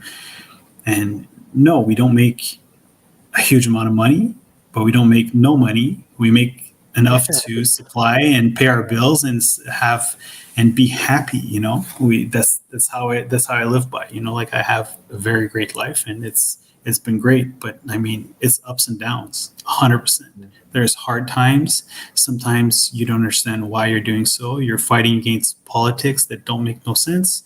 You're fighting against unpredictable things, and that can happen, and they do happen. Like we've had floods, we've had fires, we've had theft, we've had so many things that we could discuss for hours and hours that could have made us decide to quit. Mm-hmm. But the truth is that it's how long how are you going to keep fighting through it? Because the truth is, it's going to be, if you don't choose that path, your other path is still going to be hard. Like life is hard. Like life is a struggle. So but that's the beauty of it. You know, that's what makes life so awesome and so beautiful. So it's definitely, for me, it's a lifestyle. It's the no stress mentality. It's tattooed on me. I use it all the time. That's how I live by. So when there's a problem, it's okay. There's a solution. If we can't fix it today, we'll fix it tomorrow, and we'll figure it out. You know, so if something doesn't go right, we've done everything that we can, and let's just move on. You know, so it's quite something. But I mean, it's good. Do I have time for myself? Yeah, I'm on vacation every day. Like that's how I feel. Like I feel like I'm on vacation every day. I haven't taken vacation this year. I don't want to. I don't want to take it. I'm good. Yeah. When I'm on the weekend and I'm with my kids, and I ask my kids, I have 2 boys, and they're 7 and 4 years old, 5 and 8. But I mean, when I tell them and I said, hey guys, where do you want to go? You want to go to an amusement park? You want to go do this? You want to go to a park? You want to go to a lake? You want to do this? They say, no, we want to go to work. I said, what? We want to go see the animals. Like that's all they want to do. They want to share that knowledge and that experience with me. They want to spend the time with me doing actually what I love. They want to go see the snakes. They want to name a snake. They want to name a gecko. Like my oldest son, he picks up his first gecko and he says, oh, I want this one to be mine. I'm like, oh, what do you want to call it? It's like goosebumps. It feels like goosebumps. And I'm like, that's the base of it. Like we've all had that exact feeling of taking a leopard gecko, petting it, and saying, damn, it feels like goosebumps. And every time I tell that story, I actually get goosebumps because it's the kid inside of us, you know, like that's who we are. So that's so amazing. It's so great. And that's the best part of it. That's true. My Disneyland as a kid being interested in reptiles was going to the pet store. And I would literally ask my dad to take me to the pet store on the weekend. And it was a giant warehouse pet store where they had fish, birds, reptiles. I was always mostly into reptiles, but it was always so fun to see all the other animals there, you know? There was an amendment to Alyssa's original question. So when you're dealing in business between you and, like, I think you said like Spain and you and Asia and stuff, and maybe I don't say whatever you want to say about this, but how do you find like the profit margins of your business shipping out of country versus doing business in country or working with America? Does it all kind of even itself out, or do you prefer one over the other profit margin or profitability wise, you know? They all go hand in hand. So I mean, when I'm shipping international, like, I mean, I always tell myself, I said, like, everybody's got to eat, right? Everybody's got to have a piece of the pie. So as long as everybody has a small piece, everybody's happy. You got to make everybody happy. So, like, you know, we always tell, like, one of our motto in our business is like, your success is our success. Like, that's what we live by. So we got to make sure that I can't overcharge something to someone that I ship to Asia, because he has to absorb the freight, and then after that he has to redistribute it. So he knows that to absorb the freight, he needs to buy volume. So if he buys volume, he needs to pay the least amount of possible. And then from that point on, then he can't just house everything is in his own retail store if he has a retail store. So then he'll have to distribute. So then everybody makes a little bit. So yes, maybe I make less, but again, that's a part of my business. It's not exclusively my business. If I would wholesale everything to Asia, then I wouldn't make any money. It would not be profitable. But the fact that I'm wholesaling a part of like a percentage of everything that I breed to Asia or even the US or any other distributors, then what it does is that it creates the other animals that I'm keeping for retail or local sales to the minimal cost, because you're lowering the cost. The more theoretically, the more animals you have, the lower the cost, theoretically. But it's not for everything, but that's pretty much like the idea behind it. So your profit margin for like local sales and like the retail sales is actually higher than if you were like to purchase it. So if I would be comparing myself to other distributors that we deal with here, if I would be to buy from other bigger breeders, leopard geckos, my landed cost price would be higher than my actual breeding cost price. So I am actually more profitable. So it makes me more competitive to be able to do so. So you're losing somewhere to actually win a little bit more elsewhere when you're doing like exports and wholesale wise as well. But sometimes when you have very, very high end animals, then you actually just are able to reach out to more people. So you're giving people that opportunity. So sometimes it helps when you have like wholesale, because you already have clientele that's based, and then you can actually add very, very high end animals that are like very unique animals that nobody else have. And then they add those to their orders. And then those, like there's only a few out there, or they're very specific individuals, and you get really top dollar for them as well. So it does help out. Now, I don't know if you can answer this. Answer it however you'd like, but and this could just be my limited point of view. You have much more experience here. I've always thought that, like, in countries like China or Asia per se, I didn't think that the market was as profitable for them in that country. So I always wondered, are they buying expensive geckos like black knights and stuff from like the Americas? Are they buying them lower than like Americans are buying black knights because they have to sell them lower over there? Or are the markets exactly the same? So like $1,000 black knight here is $1,000 equivalent black knight to their customers there, you know? I mean, again, like Asia is like, there's so many different like places in Asia and so many different ways of thinking. So for me, the way that I'm thinking is that like the Japanese market is very high end. So they like selectively bred animals. So when they have like something that they really like, they're really willing to pay like top dollars for them. So like when you have like the people like some of my Japanese clients, like in some of the friends that I have, they would come down to shows in the US, and they would cherry pick like the nicest stuff and pay good price, but they know that back home that they would be able to get even more money for them. So like at the end of the day, they would pay even more than what the like Americans or like North Americans like would actually pay for certain animals, because that's the specific things that they want.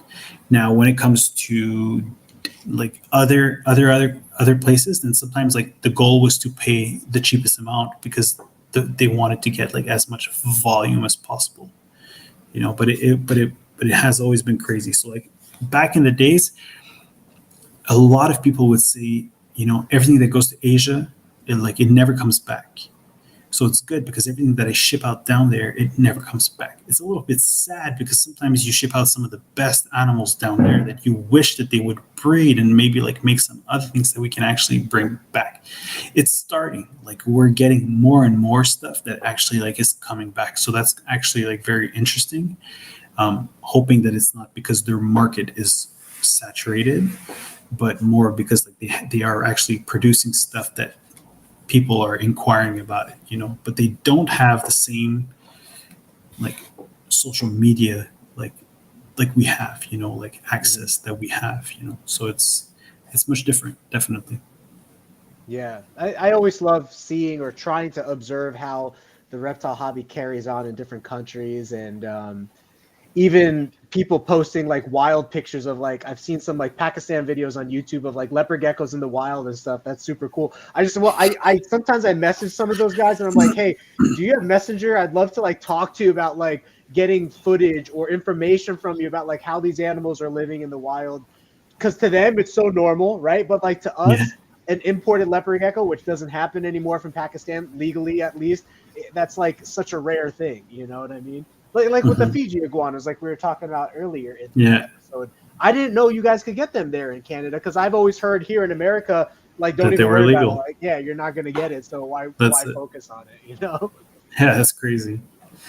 But well, I have a couple like fun wrap-up questions that I always like doing with people before we head out. I'm just looking over my list of like topics that I wanted to cover with you. Guys in the Yeah, let's chat, go. whoever's left, let me know if you guys have any questions that you'd like for Brian. Oh, Brian to cover before he heads out. I'm going to take a leak real quick, Brian. Excuse me, I've been holding it. I'm trying. I want to make sure my mind is all fresh good. for the fun You're gonna be questions. good. Let's do But it. while I'm away, you are a family-owned business. So if you could like just touch on that one more time for people as like a recap and a reminder, that's one of the coolest things I think I see about you. There's not a lot of family lineage, like reptile or animal businesses that I see that get passed on. And so the K in your logo, were you saying that that's one of your sons or both of? It's actually it's my brother. It's my brother. It's your Yeah. brother. Okay, and then so is the logo going to expand as? Is the brand going to expand as the lineages continue on, or how is that going? Well, the funny part is that so it's NBK Reptiles, right? Yeah. So then theoretically after the K it's R, and my son is Raphael, and then after the R it's E, and my son is Edward. So far so good. So I'm probably going to stick to that at that point. But yeah, so far it actually fits, which is really funny that it actually fits to that part. But yeah, we're definitely hoping that we can actually keep sharing the knowledge. But the most important thing for my kids is definitely going to be to just support them into anything that actually like they are passionate about. That's the most important thing, you know. So but yeah, it's good. But yeah, definitely go for that leak though. I know what I can ask you, and that you could talk about for a second is, let's do that. And we kind of touched on this a little bit earlier, but what are what are the favorite projects that you have in leopard geckos, and what projects are you excited about that you think might come in leopard geckos, like new stuff? Like, for example, are you working with Cypher? You could talk about some of that kind of stuff. You know what I mean? You know what Cypher is, the new genetic? I actually do not know. Okay. But you can let me know a little bit about it. But I definitely have like a crazy good idea. So I'll do that, and then you go for your leak, and then we'll get onto that. Yeah. So guys, so basically, definitely for me, the leopard geckos has always been about selectively breeding. So it's all about producing some really, really cool looking leopard geckos. So we want not necessarily to choose the mutation, but you want to choose the look. Now, when you're looking at the looks and the different types of traits, then that's what I am looking for. So my main traits, me personally, is the coloration. So my favorite colorations would be the orange. And then you have a lot of different like orange lineage. You have like the bloods. You do have like the normal tangerines.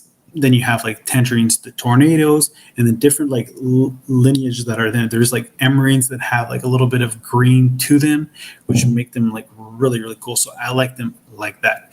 And then after that, you do have like some of the, what I like are the black knights. So the black knights that are completely black. Those are my favorite one. I mean, there's people working on them and then having like the black mandarins. That's another one. The mandarins as well. It's a crazy orange one. So like the mandarins and the black knights, or like the tangerine and black knights mixed together, I'm thinking like a black and an orange leopard gecko would be completely insane, because a lot of the black knights have the black and white, which is just simply stunning. But I just like that red, that orange coloration to them, which is really, really cool. So definitely like those for me is where I'm going to go. So I was basically saying, you know, like the orange and the black is where I'm heading, like with the leopard geckos. But I was thinking, you know, like the black knights are like so cool because like they're so black, but then they always have like that white belly. Mm-hmm. But I'm thinking like, you know, like if we can really put a black and orange leopard gecko, like there are like some, like they're working on it, like with the black tangerine, like the black knight mandarins or whatnot, like you're starting to see like a little bit of that orange coloration. But I'm thinking like black and orange would be like completely insane, and I think it's possible. So that's definitely where we're heading. It's pretty cool. Yeah. What's your favorite line of tangerine or your favorite line of orange? I think that's what I was saying. Like I was like, for me, like there's really like three that I know like mainly would be like the tornado, the bloods, and the mandarins. Mhm. And like the mandarins, I kind of like a little bit more. Maybe like from Lineage, I just like their look to them a little bit, and they're not like they're a deep orange, like a deep dark orange, but like they do still have like they're not solid orange. Like they have like other specks of coloration into them. So like they're kind of my favorite right now. Okay, nice. Yeah, and I know you work big with the Black Knights as well. Mhm. Do you think, because like in my experience, breeding Black Knights so far, it seems like the purest Black Knight stuff, since it's really inbred, you can't rely as much on them producing as much babies as like a normal leopard gecko would. Do you Mhm. experience that as well with your purest stuff, you know? Yes, 100%. 100%. Like I have a lot of my black knights that actually like when they give me clutches, they only give me one egg. Mm, And for whichever reason, my black knights seem to be like a smaller leopard gecko. So I'm thinking like compared to like not even comparing them to like super giants or whatnot, but like they seem to be smaller, like so inbred. They have like they just like look, they're just smaller. So I mean, they give like one or two eggs, and then that's the like two eggs a little bit more rare. But I tend to like we call them brown turds. So like those are like my ugly black knights. So oh like the yeah. black knights that are ugly, like we call them brown turds, and we put like brown turd emojis like on all our bins. And Yeah. like those are basically my black knight makers, you know. So like I'll use like the ugly looking ones, but they actually produce as many like nice black ones that I can get. So I tried to outbreed them, and that's what I did. So Yeah. like I grabbed like some of the nicest black knights that I had. My result wasn't that great, so then I outbred them, and I'm bringing them back at that point on. You know, I'm taking the long way to the project, which is more than fine with me because I just want that project to last forever. Yeah, and I think we are going to see more outcrossing with Black Knights as more breeders get a hold of them, fresher lines and whatnot. Mhm. Kind of the same thing with Tangerine. I don't know if you've noticed, but if you breed Tangerines too many times back to each other, because a lot of them are related, sometimes you'll get defects or stunted geckos or small geckos or something if Mhm. they're very, very closely related. So that's kind of what's going on with the Black Knight a little. And I think as long as people outcross the Black Knight, it'll eventually be fine to where we just have like solid black, good lines that are well diversified. Yeah, I'm thinking like super giant black knight, like a Yeah, that'd big be cool. black leopard would be insane. So, Can't wait a for that. couple comments in closing. Broshan asks, "Are there dwarf morphs?" And I would say that it's not supposed to be. Like most runty geckos that I get are usually not what you want, right? What about your experience? I'd say about the same. Yeah, like I mean, like I said, like usually, like it's more like inbreeding will make them smaller, and the truth is that our goal with leopard geckos, especially the macellarius, we're trying to get them actually bigger. Like Yeah. that's the main thing that we want. We want a bigger gecko. Why do you work with Afghanicus or like some of the smaller I don't subspecies? like. I have like some fuscus that I Oh, do work Fuscus. with. Okay, so Yeah, that's a smaller subspecies. You're yeah, saying that like is a a smaller nightmare. one. Yeah, and then but the like my buddy like Brandon at Extreme Exotics, he does Yeah. work like what he works with like Separensis, Oh the yeah, yeah. It's kind of Separensis, new. and Like then you don't really see yeah, and anything then with it. Hardwiki, like yeah, like all the different ones. Yeah, he has like a bunch of different ones that are really really cool, and they actually like they're. I'm just like I always tell him like I helped him like import like a bunch of them, and every time I got them I was like man like we're used to like the fat like macularis, you know, like we want like Right. our geckos to be fat, but like some of those like they're like long and thin and like they're Mm, made like so different. They yeah. almost look like a sick gecko. So I was like, oh my god, like how's your $1,000 sick gecko doing, you know? And he's like, oh, it's amazing, it's perfect, you know. And I'm like, it's been sick its whole life, but yeah, that's just how they look. They just look funny, you know, but they're amazing. Are Definitely are great for the future. Can you breed fuscus with macularis? People have told me no. Have you ever? Yeah, tried? I've actually heard no. Yeah, that's what I've heard, that everybody's been getting like infertile eggs and stuff from trying to breed Okay. them together. Yeah, So they do have pretty different patterning, right? If I'm picturing it in yeah. my head, so that would be, if you could cross them one day, that would be interesting. Now, Afghanicus is pretty cool because that looks a little bit different than macularis. Yeah. It's a lot darker, a lot richer, and I've started crossing that into our Black Knight stuff, and we just got the first 50% babies this year. So hopefully that Cool. project goes well, but we'll see what happens with that. But as far as dwarfs go, Afghanicus is a little bit on the smaller side compared to macularis, and typically Black Knight's on the smaller side. So if you breed Black Knight into Afghanicus, I think it's going to make smaller geckos. So it's not a true dwarf, but it should be like a smallish gecko. And then how do you view giant, supergiant? Do you work with giant, supergiant? A little bit, like not that many, because like the way that I house my colonies, they're like not necessarily made for like really big geckos. So like I would have to like have probably like change a little bit of the weight of like the structure of like, or how many I keep per bin or whatnot to be able to do that, because like some giants are like huge. So like I probably have to like cut down. So like I really have to like play around a little bit with those. But I mean, like I love them. I think that it's really cool. But like since I do a lot of distribution, like my goal has always been like about volume. So like when I try to maximize space, because we're always limited in space as well. So I do less.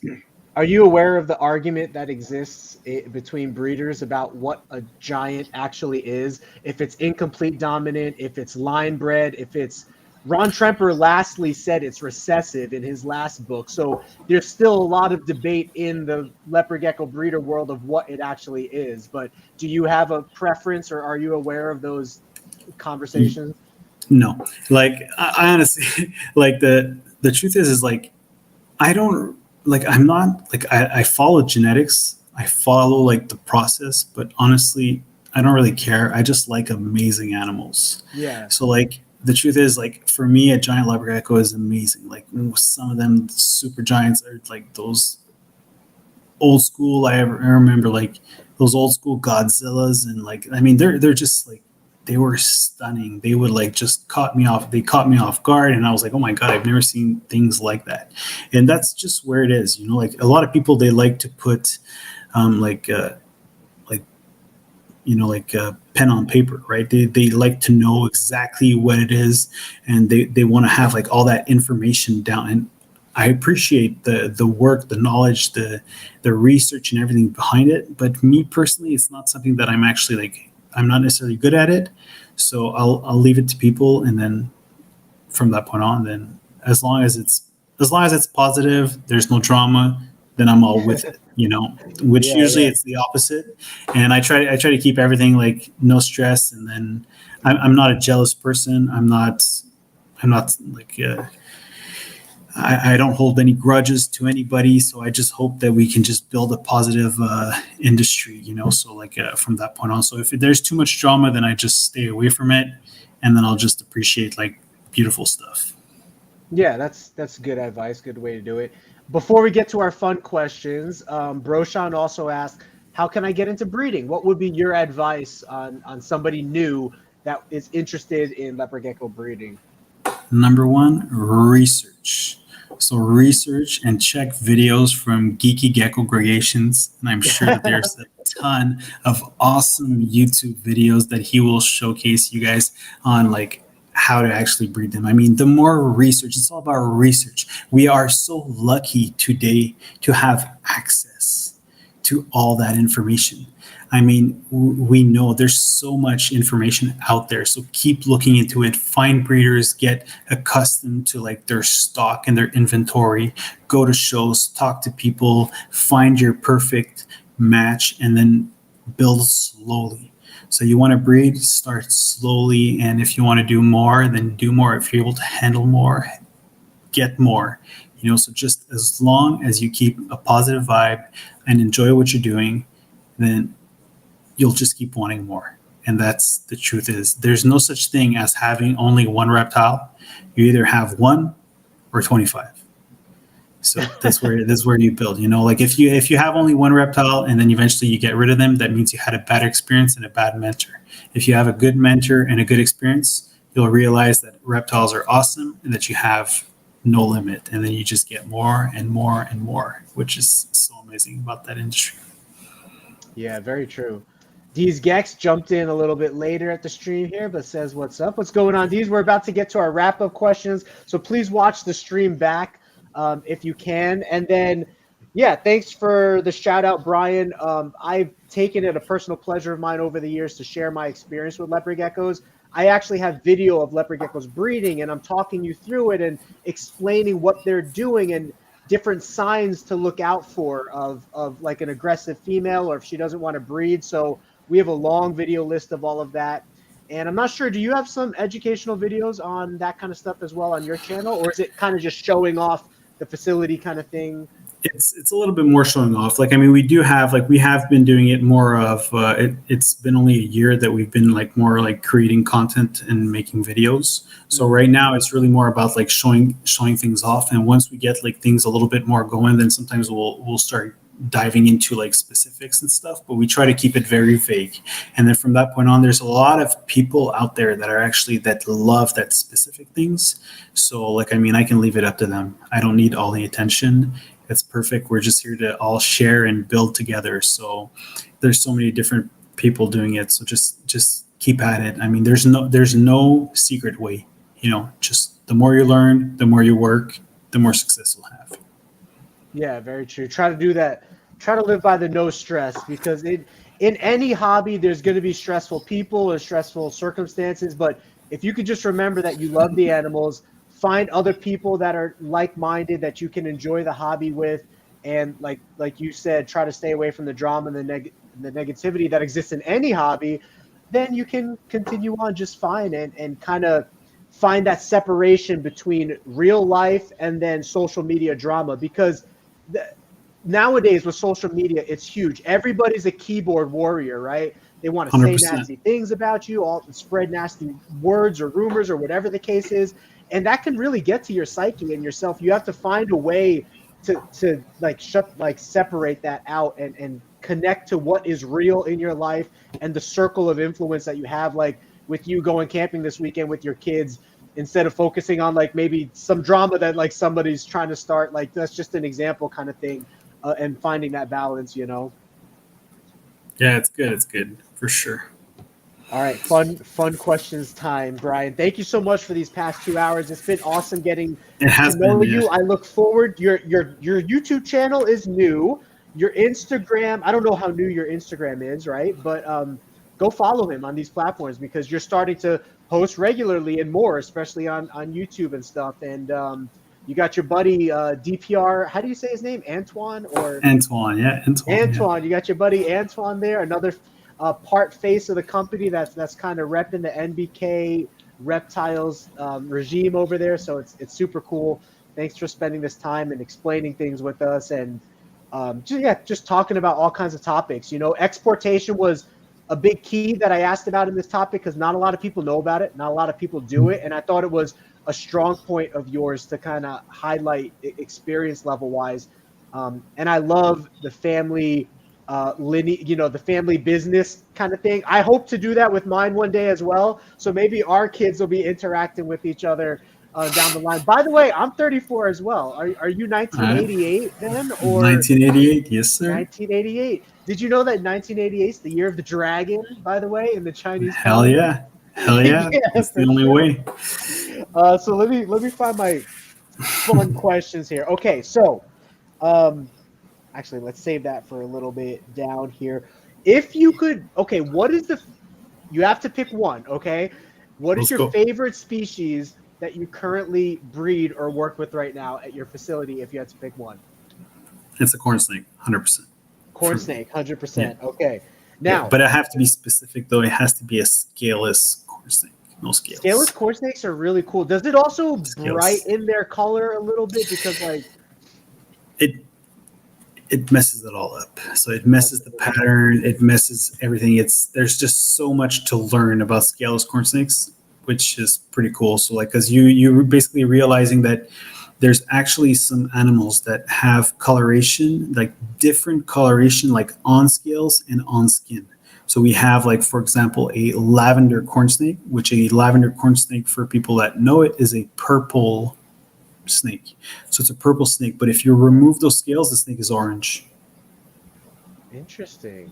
So Yeah. so basically the like the equation is purple plus purple equals orange.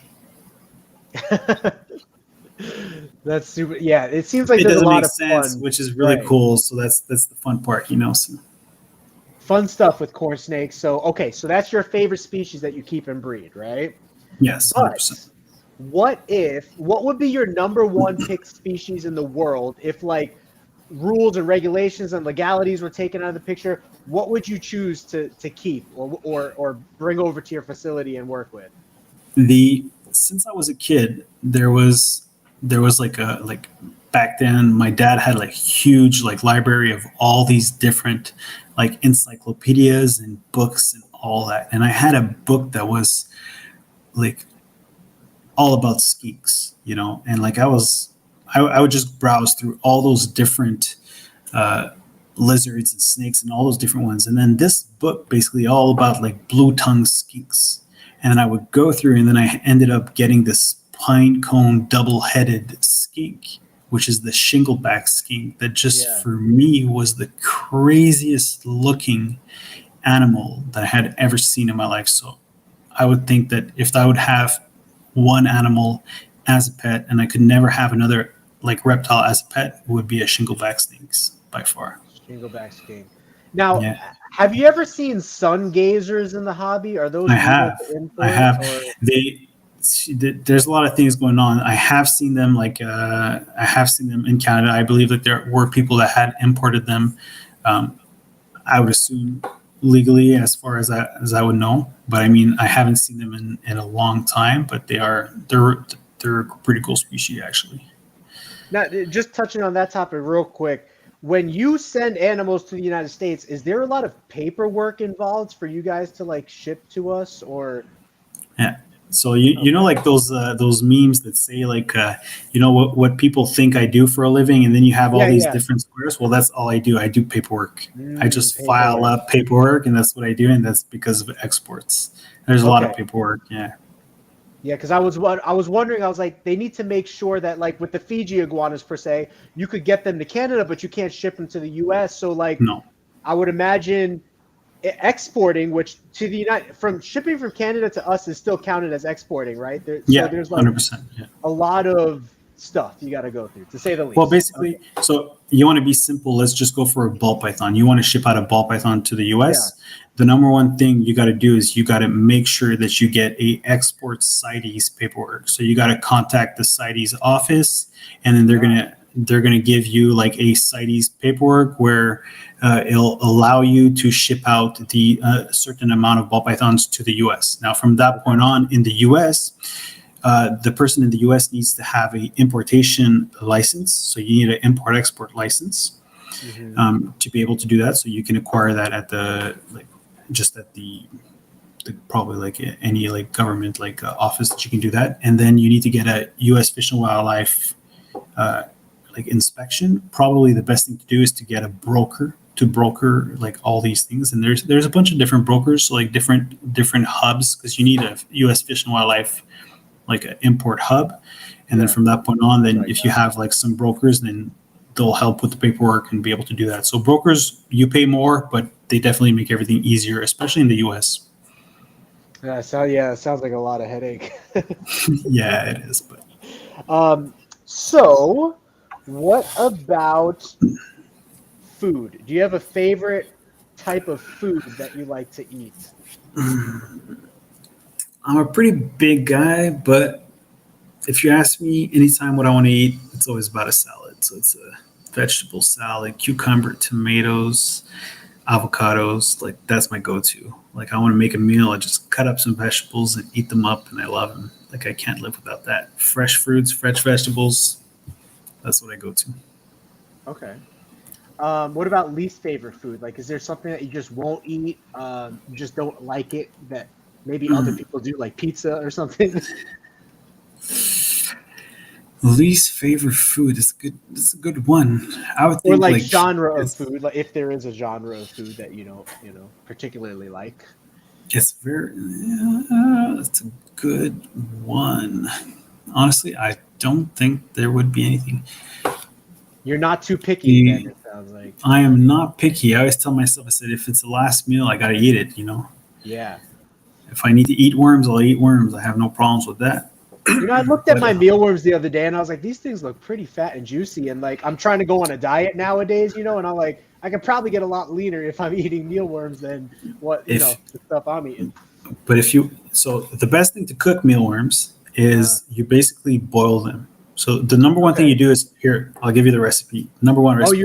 You've done this before? Oh yeah, I've done this hundreds of times. So you actually freeze them. Okay. So you freeze them up. Then after that, you have to dehydrate them. So you'll put them in the oven at like 300 for probably 5 to 8 hours. Like all day, you just let them like slowly roast. Mm-hmm. Okay. And then from that point on, then you'll be good. Wow. So they'll be crunchy. And what do you flavor them with? Like seasoned salt or anything? Or you can. Yeah. That's probably pretty good. Yeah.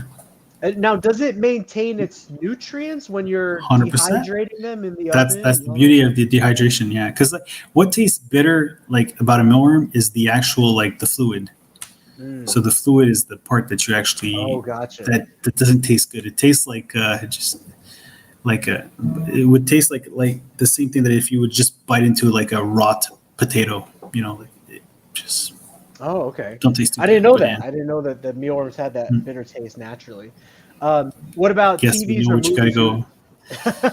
Are you a big TV movie guy, or do you have a? Yeah, I am for sure. Like I definitely like anything that's more like like fantasy, like for sure. Like all the Jurassic Parks and the Jurassic Worlds, like we've always loved them. Superhero stuff, just anything that will actually like make my mind like. I don't want to think about anything, like I like comedies. I like these things. I don't like to feel bad emotions when I'm watching a movie or a series. I love it. So horrors, forget it. I'm done. I'm a wuss. No way. You want to watch it? No. You want to watch like The Grudge? No. Like that. Those things not going to happen. There's some movie coming out that was made by like the producers of The Ring, The Grudge, and It. So I probably take it you won't be seeing that movie. Yeah, so I'm going to cancel this channel right now, and before I can't sleep tonight. Yeah. No way. My girlfriend loves horror movies, but I can't handle it at all. Yeah, and that was going to be my other question: is if there's like a genre that like your significant other or whatever turns on, and you just don't like it, but you sit there and kind of go through it with them because they do or something, Yeah, I don't go through it. I'm gone. So, last question. If you mentioned this a second ago, if you could choose one superpower, like breathing underwater, flying, or I don't know, being invisible, what would your superpower be? To be able to teach everyone, like if I would be like to redo like my schooling and everything that I did, I want to be like a teacher. Like I'd like to, like I have like educational show and have that I run. I do like the YouTube channel. I like to share my knowledge, and to do that, I would like to just be able to get in touch with everyone and like actually like probably as you're saying it, be able to make everyone a kid again. That's what it is. Ooh, that's exactly what I would like to do. If you want to know, I would like to be able to make everyone a kid again, to reignite that passion that was lost. Okay, that's a really good answer. Yeah. So what you're saying is that teachers are pretty much like superheroes. Yeah, they're my wife will appreciate that because she's dead tired lying on the couch right now after dealing with 5 to 8 year olds all week, ready for the weekend. But thank you so much, Brian. I really appreciate this 2.5 hours. I hope you have a great time this weekend with your family. Well deserved. And any words in closing that you have for people? Any social media you want to promote or anything? Any last words of wisdom? For sure, guys. Like support NBK Reptiles, but I mean support people like Gecko Creations. Like, I mean, this is what's about. Like, I mean, I don't take the time to reach out to be able to share that. Like, I mean, I wish I could be able to go around and promote it. And I mean, sometimes it's harder, but if you don't reach out, you don't know who you're meeting. So today we're building a relationship, and then this relationship is going to go way further than that. I mean, it's been not even a month that we've talked about it, and then we're doing this, and then, you know, like we build relationships, and then it's these things is great, and that is the reptile community. So I mean, just keep sharing, keep talking, keep enjoying this, and then, I mean, be positive. And I always end every of my video the same way, and it's all about that, and it's always about 2 words. And it's always about no stress. So don't stress out, people. Enjoy life. Be positive. And we'll see you next time. That's awesome. Well, thank you so much, Brian, once again. As we disconnect, it's going to play my little outro, just like it did in the intro. There's usually like 3 buttons off to the side that just allows you to like leave the chat room or whatever, so to speak. I just explained that for people because sometimes it is a little confusing looking at everything on screen. But that's it, my man. I mean, maybe we'll do a round 2 in the future. I really appreciate this time. Thanks for staying up late with us. I know it's late over there on the Canadian side of things. So thanks so much, Brian, and we will talk to you soon, okay? Yeah. Thanks, guys. Have a great one. All right, thanks. You too. Bye.